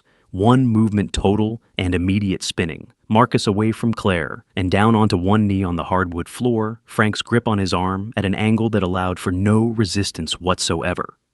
Marcus cried out a short, high, involuntary sound and went still. Judith screamed. Brooke's knees buckled and she slid down the hallway wall until she was sitting on the floor with her hands over her face, her whole body shaking, making a sound that was somewhere between crying and hyperventilating. Agent Correa stepped forward from the right side of the room, badge in one hand, folded arrest warrant in the other. She looked down at Marcus Hale on the floor with the expression of a woman who had been building toward this moment for 30 days and found it entirely satisfactory. "Mr. Hale," she said, "don't move." Marcus was still on the floor when I nodded to Patrick. The screen on the far wall came to life. The first image was simple, a data readout from the backup oxygen concentrator registered under Callaway Logistics account, CL-OMC-007. A timeline. A flat line where the device signal should have been. 51 hours of nothing starting at 11:22 p.m. on June 20th. Judith stared at it. Her mouth opened. She said, "That doesn't prove..." The second image stopped her. Building exterior camera footage, time-stamped June 20th, 10:58 p.m. The quality was sharp. Marcus was clearly visible carrying a large black canvas bag out of the building's service entrance and placing it in the trunk of a car. The bag had the particular weight of someone carrying glass bottles. Prescription bottles. The room was very quiet. The third image was the credit card statement. 60 days. Every transaction itemized the helicopter over the glacier, the Michelin dinner, the diamond bracelet Brooke had bought herself on day 11 in Reykjavik. Grand total at the bottom, $267,412. Charged to Callaway Logistics corporate accounts. Carol Whitmore stepped forward from the credenza. Her voice was completely flat. "Mr. Hale, for the record, you were removed from every authorized position within this company on June 5th. You had no legal authority to use those accounts for a single transaction." Marcus, still on one knee with Frank's hand on his shoulder, said nothing. His jaw was working, but nothing was coming out. The bank representative, a thin man in a gray suit who had flown in from Midtown that morning, stood up from his chair near the window. "Mr. Hale," he said, "the $18 million loan executed on June 14th carries a signature that our forensic document team has confirmed is not consistent with Ms. Callaway's authenticated signature on file. Under federal statute 18 U.S.C. 1344, the instrument is void. The full principal and accrued interest is your personal liability." Marcus's head snapped up. That's not..." "Patrick," I said. Patrick pressed play. The audio was clear, the ship's ambient hum, the clink of glasses, three voices in a room that believed itself to be private. Brooke. "She really looked awful at the end, didn't she? Before we left. I almost felt bad." Marcus. "Don't." Judith. "Sentiment is for people who can afford it." Brooke. Then Judith's voice slower and more deliberate. "As long as the girl dies before we get back, everything belongs to our family. The house, the company, all of it. All we have to do is wait." Marcus. "Without the oxygen concentrator and the cardiac medication, her system will deteriorate within 48 to 72 hours. I asked a specialist about this months ago." Then Brooke's laugh, high and hollow and unmistakable. The recording continued. I watched Brooke's face as she heard herself laugh. It happened in stages. First the color left her face entirely, not slowly, but all at once like a light being switched off. Then her hands came up and pressed against her mouth. Then her shoulders caved inward. Then the sound started a high, broken keening that she was trying to hold behind her hands and couldn't. She sank to the floor. "I'm sorry," she said, her voice muffled and wrecked. "I'm sorry. I'm sorry, I knew it was wrong. I knew from the beginning. I'm so sorry." Judith spun toward her. "Brooke, stop talking. Do not say another word." "Mom, they have the recording." I said stop. "We left her there to die." Brooke's voice broke entirely raw and ragged tears streaming down her face. "We left Claire there to die and I didn't do anything, and I'm sorry. I'm so sorry." Marcus twisted toward his mother. "This was your idea. You said it was clean. You said there was no way..." "Don't you dare put this on me!" Judith's voice had gone shrill and furious. "You planned every piece of it. The doctor, the loan, the company sale, that was all you... Because you told me to... I never told you to forge signatures." Agent Correa raised one hand. The room went quiet immediately, not because she was loud, but because she carried the particular authority of someone backed by the full weight of the federal government and had no need to raise her voice. "That's enough," she said. She nodded to her team. 2 agents moved to Marcus, 2 moved to Judith. A third crossed to Brooke, who was still on the floor, and crouched beside her, and said something quiet that I didn't hear. I looked at Claire. She was standing 6 feet away, watching her husband be handcuffed, with an expression of absolute stillness. Not satisfaction, not grief, not anger. Just the particular calm of someone who had survived something and was watching the last piece of it finally be put away. I picked up the note from the coffee table. As the agents brought Marcus toward the door, he stopped. He looked back at me across the room. His suit was wrinkled. His face was destroyed. Everything he had built, the performance, the patience, the careful 3-year construction of a man I had trusted, was completely gone. "You destroyed my life," he said. I held up the note. Let him see it one more time. Claire's handwriting, red lipstick on a grocery receipt. "No," I said. "You did that yourself. I just made sure there was a record of it." Correa's team walked him out the door. After they took Marcus away, the apartment got very quiet. Not the wrong kind of quiet, not the quiet of the first night. The stale, dark silence that had rushed out at us when Frank shouldered the door open. This was different. This was the quiet of a room. After something that needed to happen had finally happened, the particular stillness of air that had been holding its breath for 60 days and was only now allowed to release. Raymond stayed in the living room to deal with the paperwork. Agent Correa's team processed the scene with professional efficiency, moving through the apartment with their documentation kits and evidence bags quiet and thorough and entirely self-contained. Carol shook my hand, said, "Call me tomorrow," and left without ceremony because Carol had never needed ceremony for anything important. Claire and I went to the kitchen. She filled the kettle without asking if I wanted tea. I sat at the kitchen table, the same table where 60 days ago I had watched Judith and Marcus exchange glances over coffee cups and told myself I was imagining things. And I watched my daughter move through her own kitchen with the careful deliberateness of someone relearning the coordinates of a familiar space. Her hands shook slightly when she set the cups down. "Your hands?" I said. "I know," she said. "They've been doing that since the stairs." She sat down across from me. "The doctor said it might take a few more weeks, nerve response or something. It's not dangerous." She looked at her hands for a moment, then looked up at me. "Dad, are you all right?" The question caught me somewhere I wasn't expecting. "Yes," I said. Then, "No, I don't know." Claire reached across the table and put her hand over mine. Her grip was firm despite the trembling. "That's the most honest thing you've said in 60 days, she said. I looked down at our hands on the table, hers over mine, the way mine had been over hers in the ICU in Greenwich in every room we'd sat in through all of this.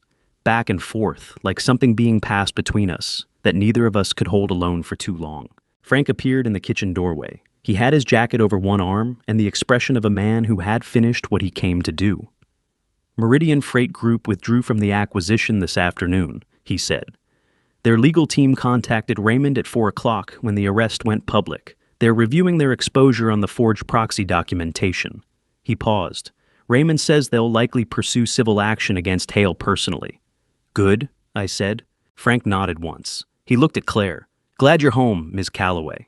Claire's eyes went bright for just a moment, the sudden involuntary brightness of someone receiving something they hadn't realized they needed. "Thank you, Frank," she said, "for everything." He nodded again. He walked out. A moment later, I heard the front door close with its quiet, solid click. The kettle finished, Claire poured the tea. She set a cup in front of me and wrapped both hands around her own and looked at me across the table in the early evening light coming through the kitchen window. The light that fell on the Hudson every evening, the same light I had watched from 20 floors up for 22 years, the same light that had been here before any of this, and would be here after all of it. "She would have loved this, you know," Claire said. She didn't say Margaret's name. She didn't need to. The two of us, tea, no more fighting to do.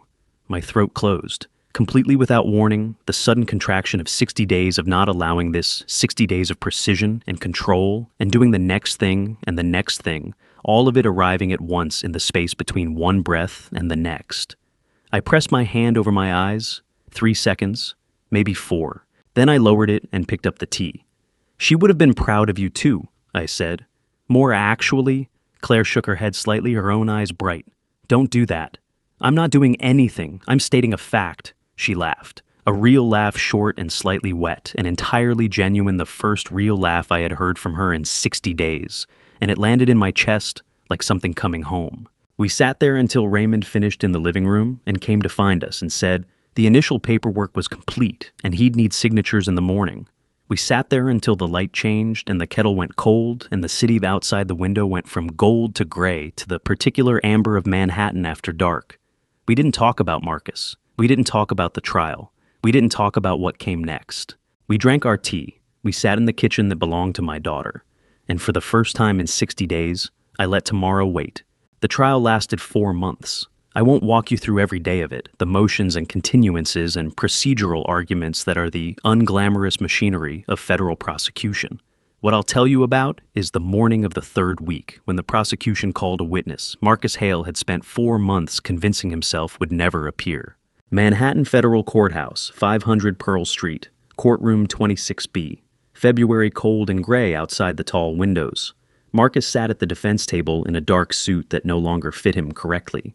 He had lost weight in detention, and the jacket hung off his shoulders in a way that made him look diminished in a manner that had nothing to do with the fabric. 3 defense attorneys flanked him, all of them expensive, none of them able to do what he most needed, which was make the evidence disappear. Judith sat in the gallery behind him, her posture still rigid, still performing, a dignity she had forfeited on a ship somewhere above the Arctic Circle. Brooke was not in the gallery. Brooke had signed a cooperation agreement with the prosecution 6 weeks after her arrest and was currently seated in a separate room down the hall, waiting to be called if needed. Claire sat beside me in the front row of the public gallery. She had dressed carefully that morning, a charcoal wool coat, her hair pinned back. She looked like her mother. She had been looking more and more like her mother as the months passed, and I had stopped being surprised by it and started being grateful. The prosecution called Dr. Evelyn Nash. Marcus heard the name and went completely still. Not the stillness of composure. The stillness of a man who has just felt the ground move beneath him and hasn't yet decided what to do about it. Dr. Nash walked to the stand with the measured steps of someone who had rehearsed this moment many times and had made her peace with it. She was sworn in. She sat. She looked at the prosecutor and not at Marcus, which I suspected was a decision she had made deliberately and maintained with considerable effort. The prosecutor's questions were precise. Dr. Nash's answers were more precise still. She described the first meeting March, his office the careful framing of a concerned husband seeking independent medical guidance. She described the question he had asked if a patient with a congenital cardiac condition missed her prescribed medication for more than 48 hours post-surgery. What would the clinical outcome be? She described her answer. She described the second contact, the threat the clearance letter signed under duress. Then the prosecutor asked the question the entire courtroom had been waiting for. Dr. Nash, when did this first conversation with Marcus Hale take place? March 14th, she said, of last year. And when was Claire Calloway's surgery? July 9th. The prosecutor let that sit for exactly 3 seconds. So Marcus Hale was asking you about the consequences of withholding cardiac medication from a post-surgical patient 4 months before that patient had undergone surgery. Yes, Dr. Nash said. Her voice was steady and clear and carried to every corner of the room. That is correct. The defense attorney was on his feet, immediately objecting to relevance to implication to the prosecutorial framing. Judge Owens, a spare woman in her 60s, with the patient authority of someone who had heard every argument twice, overruled him with a single word and told him to sit down. I watched Marcus. His jaw was moving. His right hand resting on the defense table had curled into a fist. He turned to his lead attorney and said something in a rapid, low voice, and the attorney put a hand on his arm and said something back, and Marcus shook the hand off. It was the first time in 4 months I had seen him lose control of anything. The prosecutor addressed Judge Owens. Your Honor, in light of Dr. Nash's testimony establishing premeditation prior to the victim's surgical procedure, the people moved to amend the charge from attempted assault to attempted murder in the second degree under New York Penal Law Section 125.25, with premeditation as an aggravating factor. The defense objected, at length, with considerable energy and several case citations. Judge Owens listened to all of it. Then she removed her glasses, set them on the bench in front of her, and looked at Marcus Hale with the expression of a woman who had been doing this work for 30 years and had developed very reliable instincts about the people who appeared before her. "Motion granted," she said. The courtroom erupted briefly. Judge Owens let it run for approximately 4 seconds and then brought her gavel down, once not hard, just definitively, and the room went quiet. Marcus turned in his chair and looked across the courtroom at me. I had imagined this moment 100 times over 60 days and 4 months of trial. I had wondered what I would feel when it came satisfaction, relief, the particular release of something long, carried finally being set down. What I felt was very simple. I looked at the man who had called me dad and planned my daughter's death before she knew she was sick, and I felt nothing that required a name. I just held his gaze until he was the one who looked away. Claire's hand found mine in the dark between our chairs. She didn't squeeze it. She just placed her hand over mine and left it there warm and steady, and I thought about a hospital corridor and a garden in Connecticut, and a note written in red lipstick and a girl who had trusted that I was coming. I turned my palm over and held her hand. We were almost done. Judge Owens sentenced Marcus Hale to 14 years. She read the verdict on a Thursday morning in March, her voice carrying through courtroom 26B with the particular flatness of someone delivering a number that had been arrived at through careful consideration and would not be revisited. 14 years for attempted murder in the second-degree bank fraud, forgery, and conspiracy. Full restitution. Asset forfeiture covering every account, every holding, every piece of property Marcus Hale had accumulated during the years he had spent building a life on someone else's foundation. Judith received 7 years. Brooke, who had cooperated fully and testified clearly and cried on the stand in a way that the jury had found credible because it was genuine, received 4. The gavel came down. It sounded like a door closing. Marcus did not look at me when they let him out. He had stopped looking at me after the day in the apartment, after I had held his gaze until he looked away. Whatever he had expected from me, rage satisfaction, some visible proof that he had mattered enough to wound, he had not found it, and I think the absence of it had cost him something he hadn't anticipated. Claire was very still beside me as they led him through the side door. Her hands were folded in her lap. Her face was calm. Outside the courthouse on the Pearl Street steps, the February air was cold and clean, and the city moved past us in its usual indifferent rush. Claire turned her face up toward the pale winter sun. For a moment, eyes closed, just breathing. Then she said, "Okay, just that. One word." But I understood everything it contained. 9 months later in December, I drove to a converted row house on West 118th Street in Harlem that Claire had leased for what she was calling, with characteristic understatement, a small office. The sign beside the door read, "The Margaret Fund, supporting financial independence for survivors of coercive control."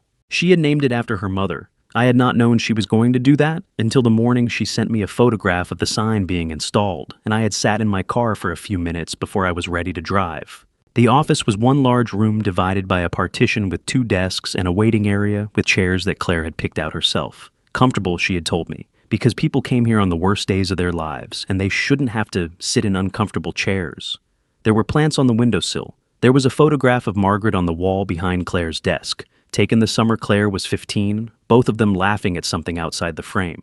I arrived on a Tuesday afternoon. Through the glass panel beside the door, I could see Claire at her desk, across from a young woman I didn't recognize, perhaps 25, wearing a winter coat. She hadn't taken off her hands wrapped around a paper cup, listening to Claire with the focused attention of someone receiving something they had not expected to be offered. I did not go in. I stood on the sidewalk and watched my daughter through the glass. She was leaning forward slightly, her elbows on the desk, talking with her hands the way she always did when she was explaining something she cared about. The young woman said something. Claire nodded, reached across the desk, and said something back. I reached into my breast pocket. The note was there. It was always there, had been there every day since Frank had handed it to me in the dark on a 4th-floor hallway 51 hours and a lifetime ago. The thermal paper had gone soft at the creases. The red lipstick letters had faded to the color of dried roses. Dad Marcus planned this. Check the cloud. I read it one more time. Then I folded it very carefully. I put it in my wallet, not the breast pocket, not the place I had been carrying it for 18 months, but the wallet, the place where you put things you are keeping, rather than things you are holding on to. It was a small difference. It was everything. I put the wallet in my jacket pocket. I looked through the glass at Claire, who was still talking, still leaning forward, still giving the young woman in the winter coat her complete and undivided attention. She didn't see me standing there. She was too busy doing what she had decided to do with what she had survived. I turned up my collar against the December cold. I walked back to my car. I sat for a moment with my hands on the wheel, looking at the row house at the small sign beside the door, at my daughter's name on the lease agreement I had co-signed 3 months ago, the Margaret Fund. I started the car. I drove home through the December streets of New York City. The lights, the traffic, the city that kept moving no matter what. And I thought about 2 old freight trucks in a storage unit in the Bronx in 1994, and about Margaret laughing at something outside the frame of a photograph, and about a note written in red lipstick on a grocery receipt in the dark. I thought about my daughter saying, "I'll be ready," to an empty room. I thought about how she had been. Then I stopped thinking about all of it because there was nothing left to think about. It was done. People ask me if I regret waiting 60 days. I don't. What I regret is the years before staying quiet because I wanted to believe the best in people who had already decided the worst about us. This is a family story I never wanted to live. Family betrayal doesn't announce itself loudly. It arrives quietly, wearing the face of someone you trusted, speaking in the voice of someone you loved. If this family story taught me anything, trust what you observe, not what you're told. I believe God places the right things in our hands at exactly the right moment. A backup device, a grocery receipt, a lipstick in a cardigan pocket, small things, enough things. Don't be like, "I was patient when you should have been firm." Family betrayal at this level builds slowly in small silences we choose not to question. My honest opinion, the most dangerous person in your life is never a stranger. It's someone who knows exactly how much you love them and chooses to use it against you. If this family story moved, you drop a comment, share it with someone who needs to hear it, and subscribe so you never miss a story that matters. Thank you for staying until the very end. A gentle reminder, stories ahead contain fictional elements crafted purely to educate and reflect on real human experiences. If that's not for you today, no hard feelings. Choose what serves you best.